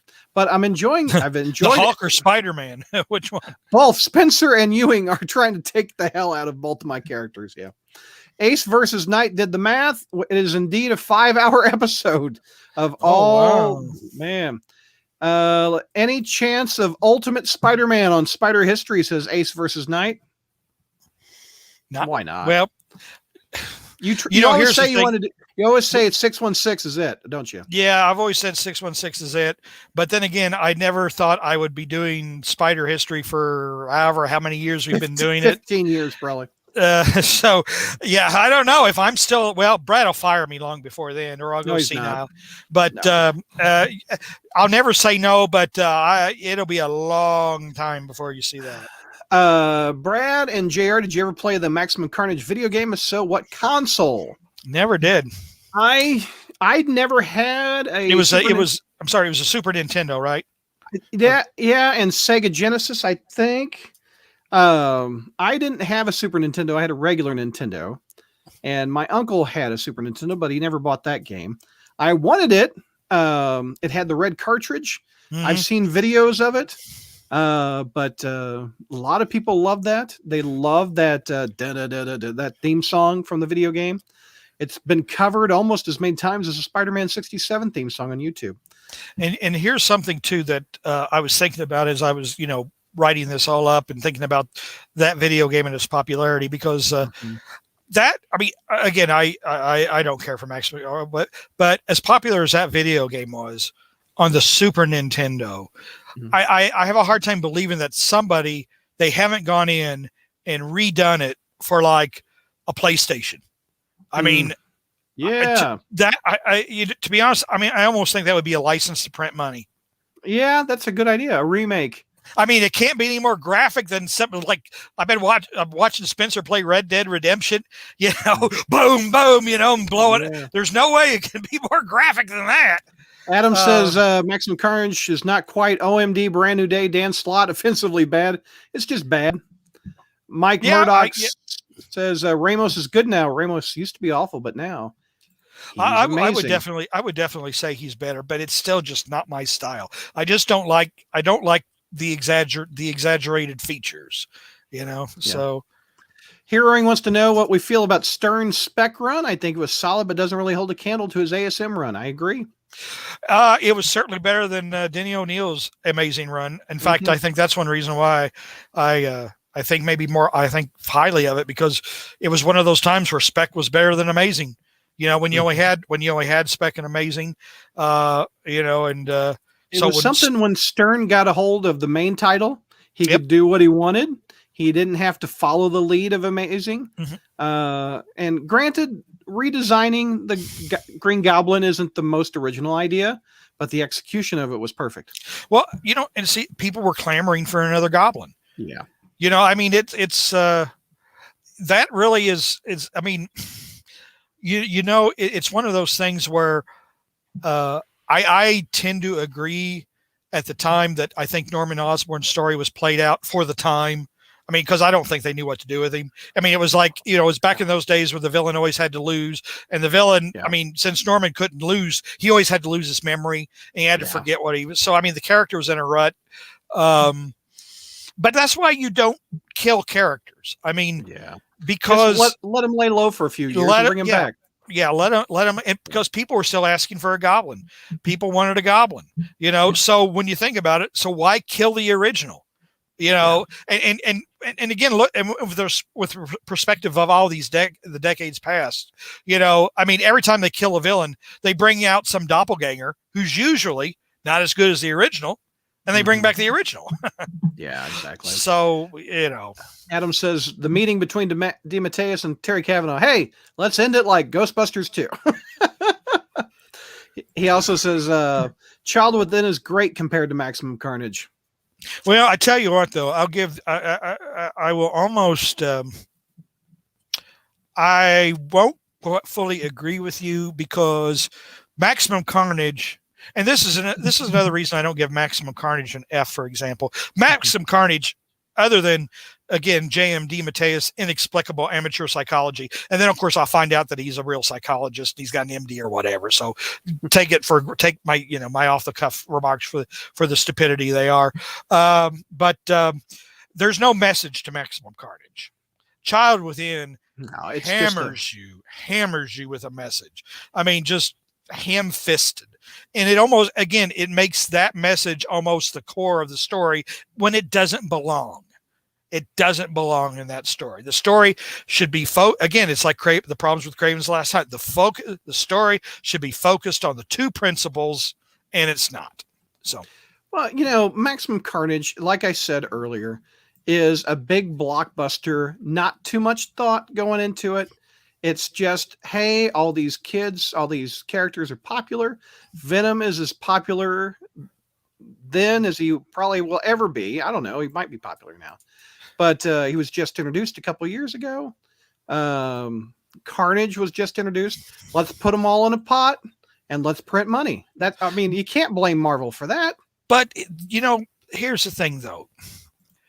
It was a completely dishonest story. I mean, and I'll compare another. That theoretically should have had massive consequences. I mean, and I'll pick on another favorite story of yours and actually give it some credit. Secret War was harmless. Okay. Secret War was harmless. I mean, it's like everybody's off planet. They're just fighting amongst each other. Nobody dies, Okay. All right. Maximum Carnage, on the other hand, is one of the most violent, gruesome Spider-Man stories ever told. I mean, literally probably thousands of people are brutally viciously murdered. Okay. There's no coming back. I mean, there's no coming back from that, to be honest, and this is one of those things that this is where comic book writers are so goddamn disingenuous and smug. Because, like, for example, then J. Michael Straczynski does Spider-Man 36, the 2001, the Towers story. All right. And of course, after we get this stuff like Maximum Carnage, then we're expected to believe that because the Twin Towers come down, all the heroes are there, right? They're all in New York for this. All the villains are actually Magneto's lifting beams and Kingpin's standing there and Doctor Doom is crying, and we're supposed to, and it's like, and then, and when people complain about it, the writers say, oh, get out, get your head out of your asses and get out of your mother's basement because the Twin Towers was real. Maximum Carnage was fiction. No. You've tried to sell us the Marvels out, the world outside your window. You've created this world. Whenever you create a world, the stories have to consistently play by the rules of that world. It's a wacky world. The rules are wacky, but there are rules and you have to play by them. All right. You can't say that the Twin Towers is this great tragedy, when it's an isolated incident in New York. And then all of a sudden, and then you just, more people die, you can't, I don't know. Yeah. Again, it was the 90s, I guess, but it's a dishonest, disingenuous story. Right. Like I said, you set these events in motion and then you don't even play by the rules. You don't even address the fallout of what would really happen. Like I said, New York doesn't go under martial law. Nightclubs are having opening days. Mary Jane's going out dancing. Come on. It's stupid. It's stupid. We have more comments coming in. Yeah, we don't need Ultimate Spidey on here. ES says, JR, you hate limp-wristed Spidey. Did you enjoy the Scarlet Spidey short series with Kane? Didn't read it. I'm not going to read any of that crap. Okay. I guess he's talking about the recent one. Okay. Okay. Yeah. Where Kane is Scarlet. No. Why would, come on. I thought it was Ben Riley and Kane should both be dead. Come on. That's ridiculous. This next question, I think I'm going to try to guess it. Okay. Oh. JR, your top 5 best Green Goblin stories. Okay. Oh. Okay. Your number 1, I think, is the one, is Revelations. Is that right? Yeah. Okay. Your number 2, I think, is Spider-Man number 2, the magazine. I would say that number 2 and 5 can be in any order, so don't worry about it. But yes, it's there. 2 and 5. What 5? I'm saying is he asked for the top 5. Oh, okay. And I said, you got number 1 right, and 2 through 5 can be interchangeable. Okay. So that's number 2 magazine. Yep. Surprisingly, it's not the night Gwen Stacy died, I don't think. No, it's not in there. And it's not the first Norman reveal, because I know you thought that was cheesy. I don't know. Okay. It's delightfully cheesy. It's kind of delightfully cheesy. But I think the Hobgoblin is in there, like the Hobgoblin mystery. No. Okay, they said Green Goblin stories. Oh, yeah. Well, that's kind of a Green Goblin legacy story. I don't know the rest of them. They're not coming to me. Well, Death in the Family by Paul Jenkins is a great story. Oh, yeah. Citizen Osborn from Spectacular number 250. What was that one? What was that one? That was the one where after Norman buys the Daily Bugle, he shows up like in this is after Revelations, obviously, and then like in issue 248, you find out that he's blackmailing Jonah through the jack-o'-lantern, and he buys half. Have we done that Bugle. one at Spider History? No, we haven't. So issue number 2. Issue number 250, Citizen Osborn. Like you said, Spec the Magazine 2. That's a sentimental, personal favorite of mine. Yeah. Revelations when Norman comes back. I'm trying to think Since Past. I mean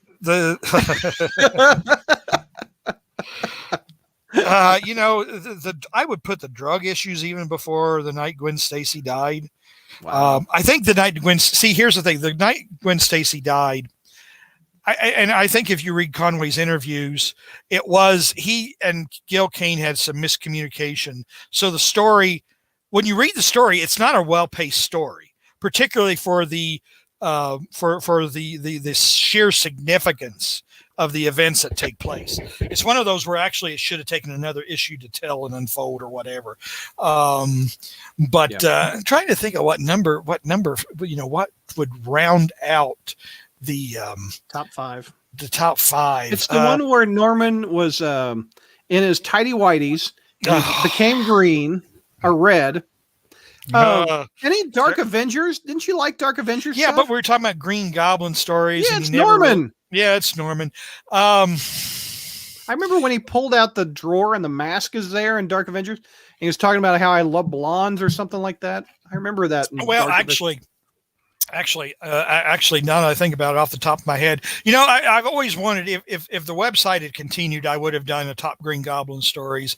But one of the issues in when Warren Ellis was writing Thunderbolts, okay, where Norman, when the psychic mutants or whatever have gotten into the Thunderbolts Mountain and are driving everybody crazy, and Norman is going crazier than usual, and he goes down to get his Green Goblin costume, and he's just going on this one long rant.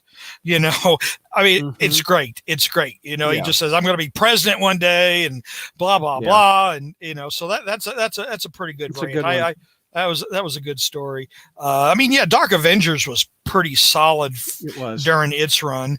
It's just a shame that Siege had to F everything up, because Siege was a terrible story. Adam says that I can play Maximum Carnage on an emulator. Yeah, I could. Adam also says Stern's spec run bores him. Comet wants to know where Spider history is in 5 years. I don't even... 5 years? God, do you realize I'm going to... 2026. 5 years, I'll be 63 years old. Brad is not going to have a 63-year-old man on his podcast. I know. Brad, I'm an ageist. Yeah. Brad, JR, you got to wrap it up, man. Just kidding. Comics are for the young. Brad, look who Brad has brought on the show lately. Kelly and Ashley. Ashley, thank you. God, what could see senility? I'm going senile. I'm not going to be on the show in 5 years. I'm going to have dementia. You will you're on the show for 5 more years. We signed a contract. Don't you remember? No, I don't. Dementia. Neither. Here's a question for you, since we're talking about 5 years from now. At what point do you go into the stuff? Because this podcast will be 15 years this August. 15 years we've been doing this. At what point do we go back into the stuff we've already talked about briefly month by month? Do we ever do that? We have done it at least once. Like, for example, we redid the first issue of the reboot. We redid those because the early days of Spider history were actually just a very small part of, I've kind of told this story before, back when we were able to do all kinds of segments in an hour. Remember those days? We met once a month. Yeah, we did Brad, several segments. And like Brad would go, Spider history out came. Here's what came out this month. Does anybody remember what went on? I think the Hobgoblin was in it. What'd you think? Didn't read that one. Okay, next segment. All right, here, next segment. Yeah, and so it took a long time for Spider history to kind of, it started to pick up with the Hypno Hustler story, and then again the Joey Z. That's where it took off. Yeah, Joey Z. So yeah, it's entirely possible that some things will be read. Like for example, one time, once I avoided doing the Amazing 166 and 167, the Stegron issues, because I had done them very early.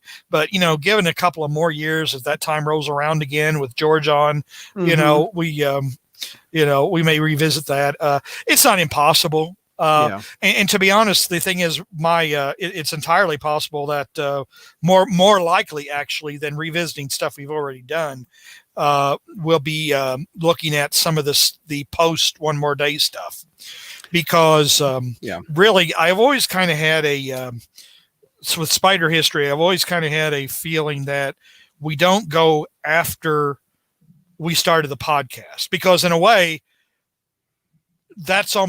we've almost kind of done that, when we've done our reviews, Right. we've kind of, we've talked about those issues at length, and so I've kind of always, I like what you've done recently, where you clump a bunch in a storyline like Maximum Carnage. And some months we do, this happened exactly 40 years ago in June of 1972. This is the issues, but this is like Spider History as a trade paperback is what this is. Yeah. Well, it's kind of like, it was just kind of one of those things where I like doing it the way we did it, because a lot of those issues I hadn't read, frankly. And a lot of issues, and I always took the approach that it's easy to do the issues that everybody knows about. It's easy to go for, let's talk about Spider History. Well, everybody, what's your go-to stories? You usually go to the night when Stacy died, or the origin story, or the Carnage. origin of, you go to the hits. That's what everybody does. You go to the hits. Well, when we did Spider History, is like, well, what happened this month? Well, I think it's been fun to do some of these stupid web stories, that are the one-offs, and people could not many people have read them. Exactly. Not many people have read them. I just remember if I had a request, if we're doing trades of episodes, I would like to do 5 episodes, because there's 57 issues. I would like to do 1 episode of 10 issues of Spidey Super Stories over 5 episodes. If we could can we do like 1 through 10 of Spidey Super Stories, 11 through 21, 22 to 20, 33.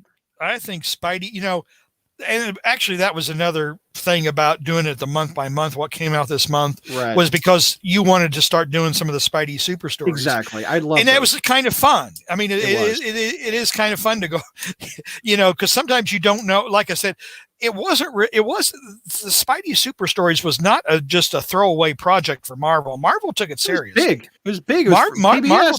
This was before. I think this was before even Spec started, or maybe around the same time or whatever. But there weren't all these monthly Spider-Man. So Spidey Super Stories was actually additional Spider-Man. But Marvel threw artists on it. John Romita Sr. did covers. Those covers, man. Jim Salicrup. They put effort into it. I mean, what was that Spider History we did with the Spidey Super Stories where Norman dressed up like a woman? Yeah, I know. God, that was funny. That was funny. But then like you have the stories where like the Hulk is in it and he's hiding in a cave or whatever. Yeah. But the title of the story is Beyond the Green Door. I know. Which easy reader, man. Well, I mean, Beyond the Green Door was a famous porn movie in the 70s. Oh yeah, that's right. So. It was. So you're sitting there, and it's like, I can't believe this. This one got passed, and the kids didn't notice. They slipped in the title of a porn movie. There's no way it was an accident. Could we do that? Could we do 10 issues at a time? I think Spidey. I know what you're going for, but I think Spidey Super Stories is best in low doses. I don't know that we could. I don't know. I wouldn't. I don't know. I don't. Wouldn't have any real interest in doing a lot of those, because I think it's funny. If you were to do so many of them in a row, I think it would just get it would lose the charm, because you would realize, God, this is really stupid. Here's an idea. I'm like trying to sell JR a new car. How about we do 2 a year? 10 issues, 2 a year. Well, again, it's like anything else. We pick the months, and if Spidey Super Stories is in the month, he's turning we me can down, do that. Folks. Did you hear this? All right. He's turned me down. I'm not quite turned. But see, that's the thing though. By doing those month-to-month things, we do get to pick up these odd little issues and these weird little stories and things like that. But kind of the further we went along, then once you start getting into the 90s and stuff, there's just no way you can do 11 and 12. You just can't do it. I mean, I kind of realized that when we, when you got 12 books coming out a month, or you do, and I really realized the limitations. Like, for example, when like 1 month was in the middle of that 6-part Spider-Man story with the Sinister Six and the Hulk and Deathlock. I mean, there's you can't cover that as part of. Right. So anyway, but then Craven's Last Hunt was a perfect opportunity to try that format out, and it worked. It worked. Yep. So and that's we do a balance of both now. If it's okay with you want to go another 15 minutes, we'll go to 12 and we'll wrap it up then. So get your questions in. It's fine. McNulty has an interesting theory, which I would not put it past Marvel to do this. Since the 30th anniversary of Maximum Carnage is in 2 years, do you think it will get a revival or sequel for Marvel to celebrate? Yes. Well, if Civil War 2 can be done. Maximum Carnage 2 is coming. You heard it now. I would be. I mean, honestly, I'm surprised that they're not gearing up for something with the Venom movie. Let There Be Carnage. The only reason I think they haven't for sure is because the way the pandemic played so much havoc on movie schedules. Because if you're going to do that event, you have to plan it out several months in advance. I mean, I think that's probably the only reason we aren't seeing something like that now on the front burner, because who knew when that movie was going to come out. But McNulty, I think it's he's perfect. Onto it. Yeah, I think sometime we'll see something like that. Mike, you have a better memory than me. I want you to say, Brad, on June 11th, I'm sorry, this is a July podcast. Sorry. On June 11th, 2021, I told you that they're going to do it. And I was right. And Mike was right. So in 2023, Mike, I want you to hold that cover up and say, here it is. I predicted it 2 years in advance. But we're not doubting him. We're saying, yeah, it probably will be. Now, if you were saying, Mike, you're a fool, Mike. I'm with Mike. I'm never doubting Mike.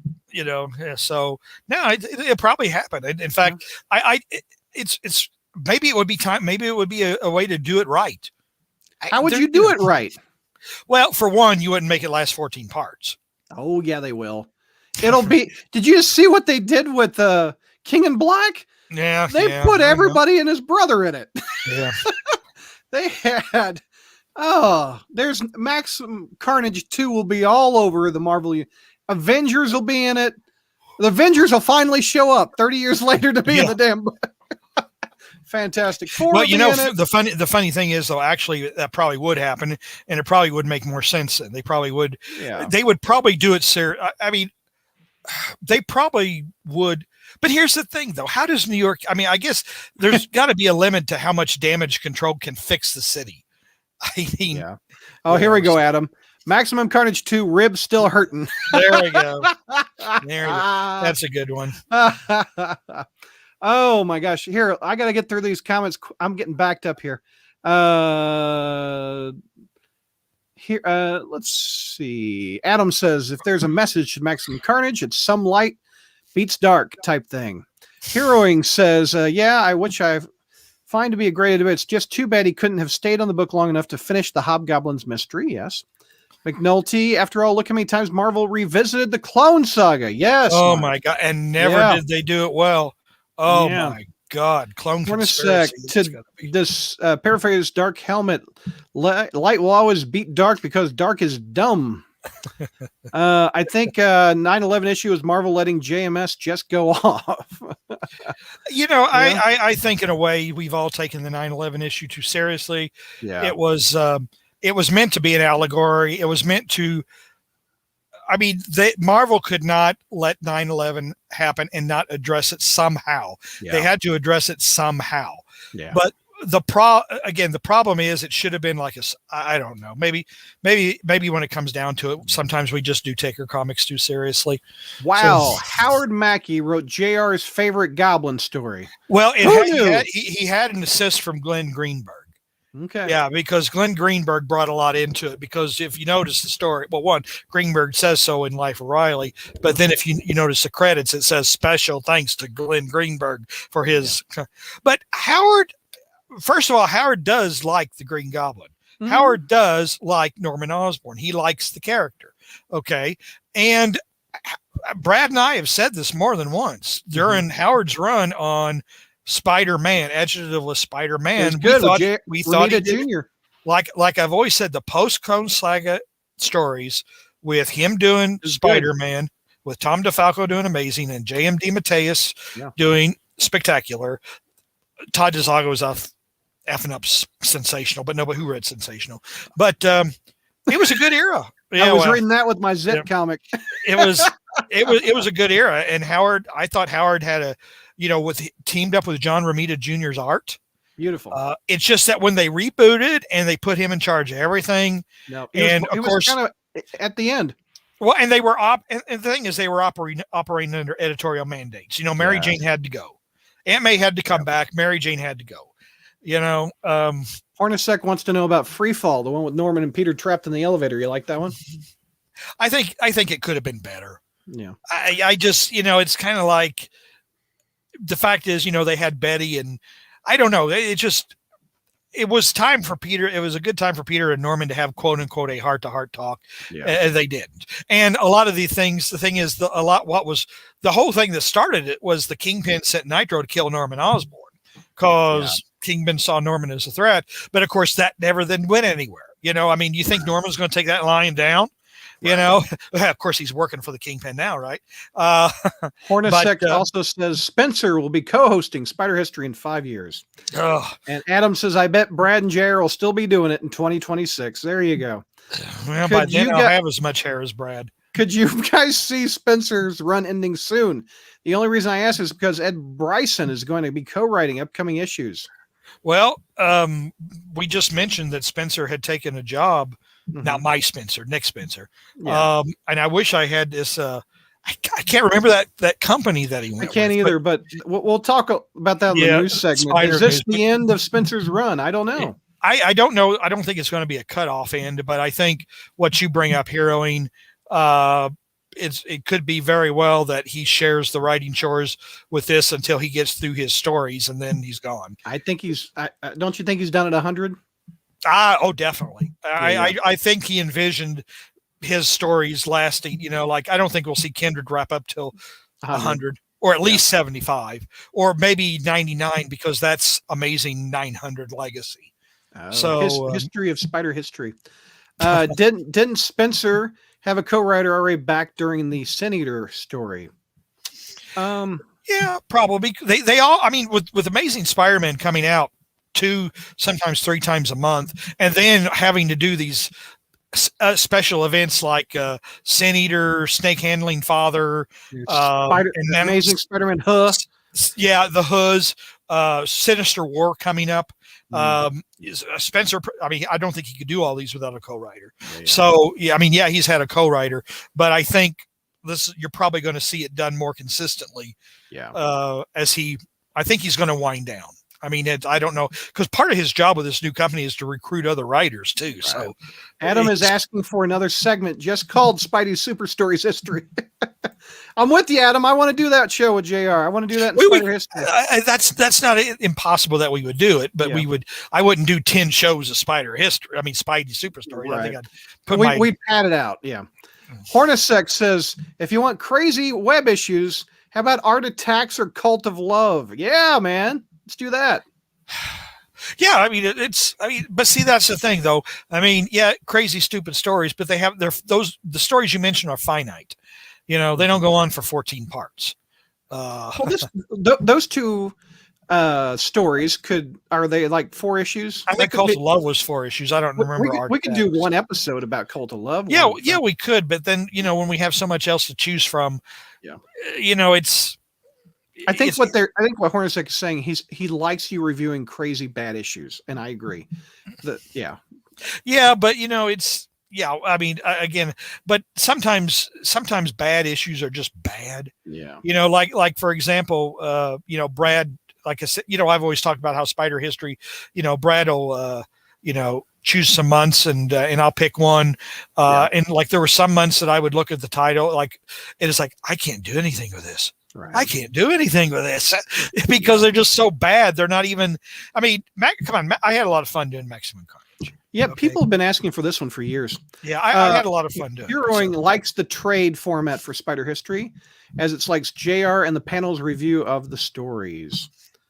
Cult of Love is a great Peter David story in web. It's possible. When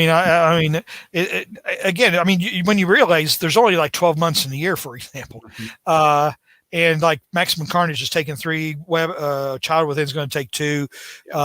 Really, there's a very, I mean, everybody's throwing me great. Brad, in fact, was trying to pitch me to do,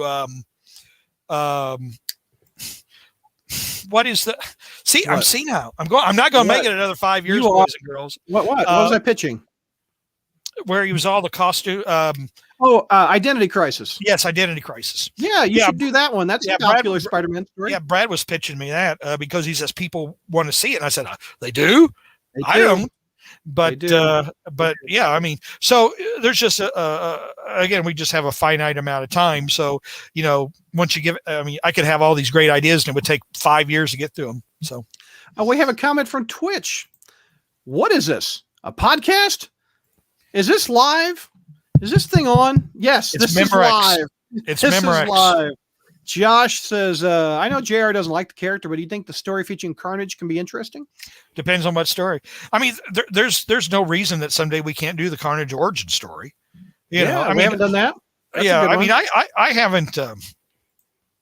There's no reason we can't do them. Yeah. I mean, just because I don't like a character doesn't mean I'll ignore the story. I mean, obviously, I didn't like Maximum Carnage, but I had a great time telling the story. Adam wants to see the Return of the Sinister Six. We've done that one. We did that one. Didn't do it that well, to be honest, but we've done it within the last year or so. Did we do the second one with Eric Larson? Mm-hmm. With Gog? I'm not sure we've done that one as a trade. I've got my spider history list somewhere in this. We definitely haven't done it as a streaming, I don't think, with the pictures and stuff.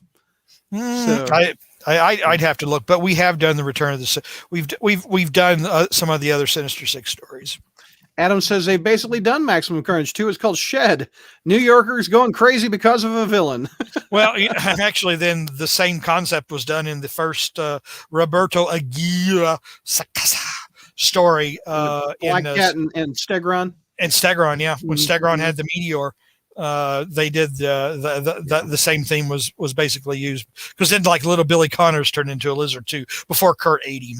They did Minimum Carnage where they're in the microverse or whatever. I remember that. I think Carnage tries to take over where the Micronauts were. Did you ever read that one? No. Given the dumb names Marvel has given some of their Spidey crossovers, I have no doubt the Maximum Carnage sequel in 2 years will be called Maximum Carnage. Maximum Carnage 2, ribs still hurting. Yeah, Mackie had some good stuff on regular Spider-Man. His reboot books were the terrible ones. Agreed, Adam. Yeah, 3.5 years is not bad for Spider Rider. They don't need to stay 200 issues like Slott.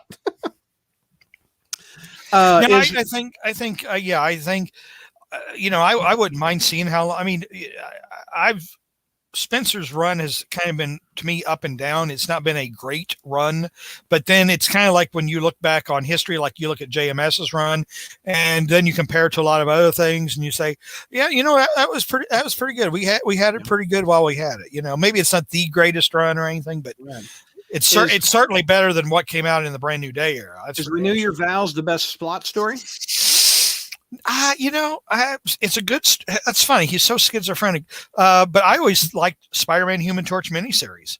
Yeah. I mean, when that came out, and when he did the when he was doing She-Hulk, and he had Spider-Man guest star, Spider-Man, sued J. Jonah Jameson. All of us were just begging to have Dan Slott be a regular writer on Amazing Spider-Man. Including me and you. Yeah, exactly. We were absolutely. You had him on the show. Yeah. We just were thrilled to death that he was going to write Amazing Spider-Man. They're asking for art attacks, man. They're asking for art attacks. Didymus, couldn't Michelini still have used the original Venom origin with Eddie as the husband and his pregnant wife dying? Ooh, that's pretty good. That would have been better than what we got. Yeah. That would have been better than oh, by the way, I did this bogus story. Spider-Man exposed it. Therefore, I hate him. Adam says, I think that is a much better story. Cult of Love wasn't bad. Crazy Betty Brant. Yeah, man. Yeah. Isn't that when she becomes Ram Betty? Yeah. No, I don't think so. I think that's later.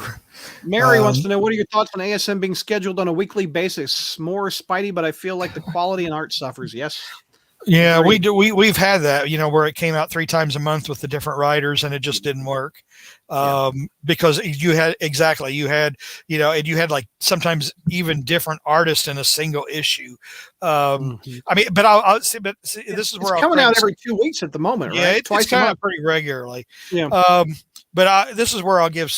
I bet I'm glad they tried it. It didn't work, but I'm glad they tried it because we're all thinking that. We are all thinking all these years, why have all these separate titles? Why? And they're all doing different things. And Spidey's on Mars one issue, he's in the sewers in another series, and he's on. So why didn't one writer just tell one big long story? Well, they tried and it didn't work. So, but this is where I'll give Steve Wacker credit. I think maybe they missed 1 or 2. In like the first 100 issues, the 3 years or whatever, Steve Wacker kept the trains running on time. He did. The issues came out.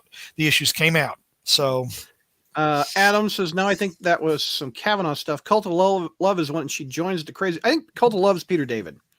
And Alex Savage. I think it is too. The Ram bed is, I think, later when she's avenging something with Ned's death or whatever. But Cult of Love is just her being crazy. Mary says, JR excellently told Maximum Carnage. I would agree. Thank Mary. you. Thank you, Mary. Thank you. Adam says, yes, you guys did do the Revenge of the Sinister Six with Larson. Okay. Yeah. The Sakasa story was called Feral, says Adam. Yep. I remember that. Adam also says Spencer's ASM run is the best in the book since JMS. I'd agree. Yeah, I won't argue with that. I won't argue that at all. Out of all the alternate Spider titles, which one would you both say has been the most consistently good? Amazing. Alternate, wow. Probably the first Spectacular run. No. Oh, yeah, the first Spectacular. That's where we got Bill Mantlo. That's where we got Roger Stern first appeared. The first 30 are rough. The first 30 they are, but but then it hit its stride. But like Webb, for example, Webb, for example, never did anything. With the exception of Savik's art, Webb was up and down. Yeah, Webb never got any better than the first 2 issues. Yeah, right. Or the first issue, I think. And Spider-Man started as a vehicle for Todd McFarlane, and after he left after the first year, then it just became like another. It was like an anthology book, is what it was. But no, I think because the original Spectacular Spider-Man, that was the in addition to like I said, it did have a first rough couple of years, but that's where Peter went to grad school. That's where Mantlo focused on grad school. Stern then took up the grad school thing. That's where the Hobgoblin first got his powers in issue number 85. I mean, he became the Hobgoblin in Amazing, but then in Spectacular is where he actually went through the formula. Again, that's where GM, like I said, JMD Mateus took it over, and after the Clone Saga, and that's, like I said, where we had Citizen Osborn. We had a lot of the Norman Osborn stories. Again, like every other Spider-Man title, it had its ups and downs, but it was I thought it was a legitimately good title. Since he's starring in the current arc, what are some of your favorite Chameleon stories? The Jenkins one with the lamp. The Jenkins one. That was good. Yeah, the Jenkins one where he eats Aunt May's meatloaf. But where he goes and he looks at himself in the mirror and he becomes Spider-Man. Then he's the chameleon and he calls up Spider-Man. He says, "You called me a commie. Remember?" that was a good story. And also when Mary Jane waxing on the head. Adam says ASM's going weekly. They're trying to get to 900 really fast. Now I think it's twice a week. I don't think we've upped it. I think they throw in a giant size. Yeah. So maybe 3 times. We're getting to like 2 and 3 times a week. I don't think it's going weekly. If you do Identity Crisis, says Matt, you should do Spider-Man Hunt and the Prelude arcs first, since Identity Crisis follows on from the events of Spider-Man Hunt. That's what we're going to do, probably. Yeah. We also got Peter David on Spec and the death of Jean DeWolf in Spec. I would agree. That's right. That's solid.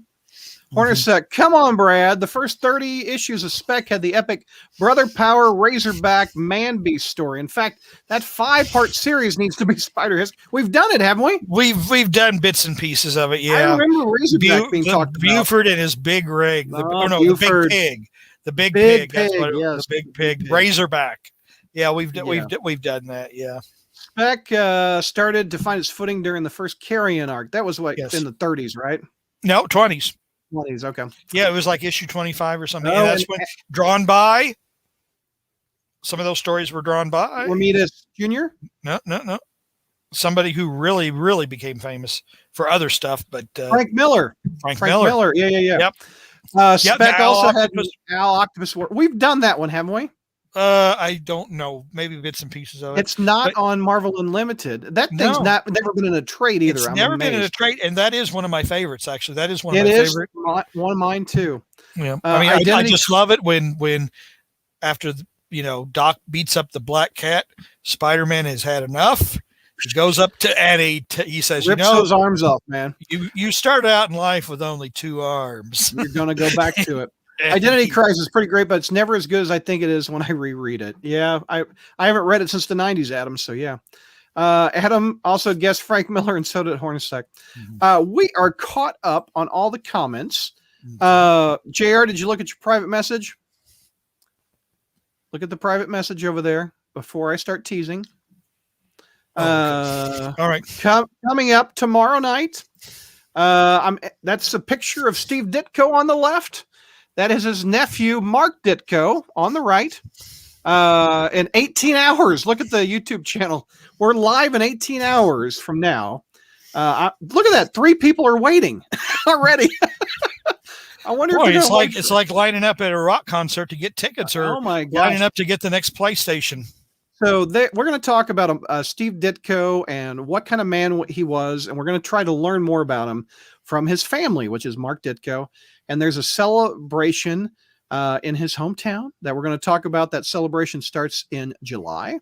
So there's going to be Ditko art. There's going to be remember the Ditko play we talked about on the Spider News on Ditko News once. They're going to do the play. We'll take your questions live on that Ditko celebration show. Again, that's tomorrow night, which is the 12th of June. That's 7 p.m. Central. We're going to talk about that. And also, a week from, what day is that? June 19th, we're going to be back. Well, actually, it's now today. Oh, yeah. A week from today, June 19th, we're going to have a Spider News and a review show. We're going to tackle that issue. And we're going to tackle, which was, what we got? We got Giant Size Spider-Man, King's Ransom, #1. We've got ASM number 867 we'll talk about, and 868 with the Chameleon. I have not read these yet. I got my box a couple days ago. JR, what book would you like to review of those 3? Have you read them yet? I've read them. I tend to think that you should give, and I don't know who's all going to be on it, but I think the regular panel. Okay, well, the conclusion to the King's Ransom story, I think you should give to George, because that kind of wraps up the Boomerang stuff. Okay. Yeah, he's a big Boomerang. I think I should probably go to George. Which one do you want of these? It doesn't matter. I'd have to.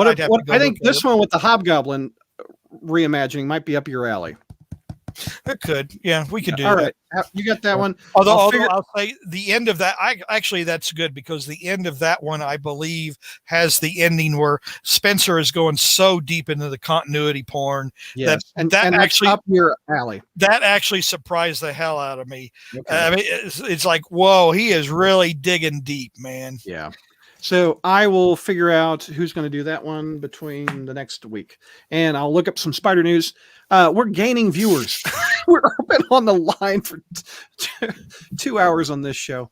What do we got? I think it's maybe people just wanting to see if I finally have that heart attack.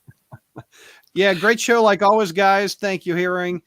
Adam, great show, guys. Thank you. I need to catch up on ASM. Hobgoblin ASM. Spoilers. Sorry. I haven't even read it. I've been spoiled. I'm sorry. It's really just, it's not the Hobgoblin. It's I don't want to, we don't want to spoil it here. It's just kind of read it yet, and I've been spoiled about it. It's kind of they want you to keep going. Adam, we can't keep going, man. We've been going since 8 p.m. It's now midnight. Hornacek, thank you for the good notes. Any final thoughts on Maximum Carnage? JR, 3 months we've been on this journey, my friend. Again, I tell you what, I'll put it in quotes. It is a great, in quotes, Spider-Man story. Great. Like I said, not good, not a good Spider-Man story. But if you just really want to see just how badly things went off the rails, and I think, it's an obvious where the 90s lost and Marvel lost its way. Right here. That's where it started. Yeah. Well, no, it started back with Secret Wars, actually. But you know what? Honestly, this, in my opinion, this told Marvel and the bean counters, we can pad out a story over all of them, and they'll all sell better together, clumped up. Mm-hmm. That's why the Clone Saga did it so often, because they were following the Maximum Carnage recipe of selling. Yeah, it's what you think. I don't know that because the Clone Saga just went into so many different directions or whatever. At least Maximum Carnage had a beginning and an end, and that was it. It didn't keep getting, marketing didn't come in and say, oh, by the way, stretches out another year. Yeah. So, oh, by the way, you can't end Maximum Carnage after part 14 because the X-Men story is continuing. So you got to. And then tie it into that X-Men Zit comic, if you can, please. Yeah. So Mary's worried I won't like Chameleon Conspiracy. I haven't read these 3 yet. They're on my weekend. I guess just got my box today, Mary. So you will find out a week from today if I like those issues. Did you like them, JR, real quick? It's one of those things I think I'll probably, when it's over, I'll have a better idea. I'm curious as to where it's going. I wasn't really thrilled about it at the beginning, but I think it's going to, I think Spencer is going to try to seriously address a certain issue about a certain relative. I think there's some questions been brought up about who she really is and the parents, and because robot parents gets mentioned. So, let's hope someone's a robot. Robot parents gets mentioned. Mary says, always a great show when JR and Brad do a show together. Oh my gosh. Are we like peanut butter and jelly? There you go. Or are we like chocolate and peanut butter? Are we a Reese's cup? Mary, are we better together? I don't know. I think it's kind of like a crazy old man and his keeper. Maximum Carnage started stupid stuff like the 90s Clone Saga, led right into it, says Adam. Be Rich, thank you for the great show. Damn, I'm muting again. Okay, Adam, sorry about that. All right, thank you to all the people watching for this episode. JR and I are done, and we appreciate all your support and watching it. Here we go. Patreon. Come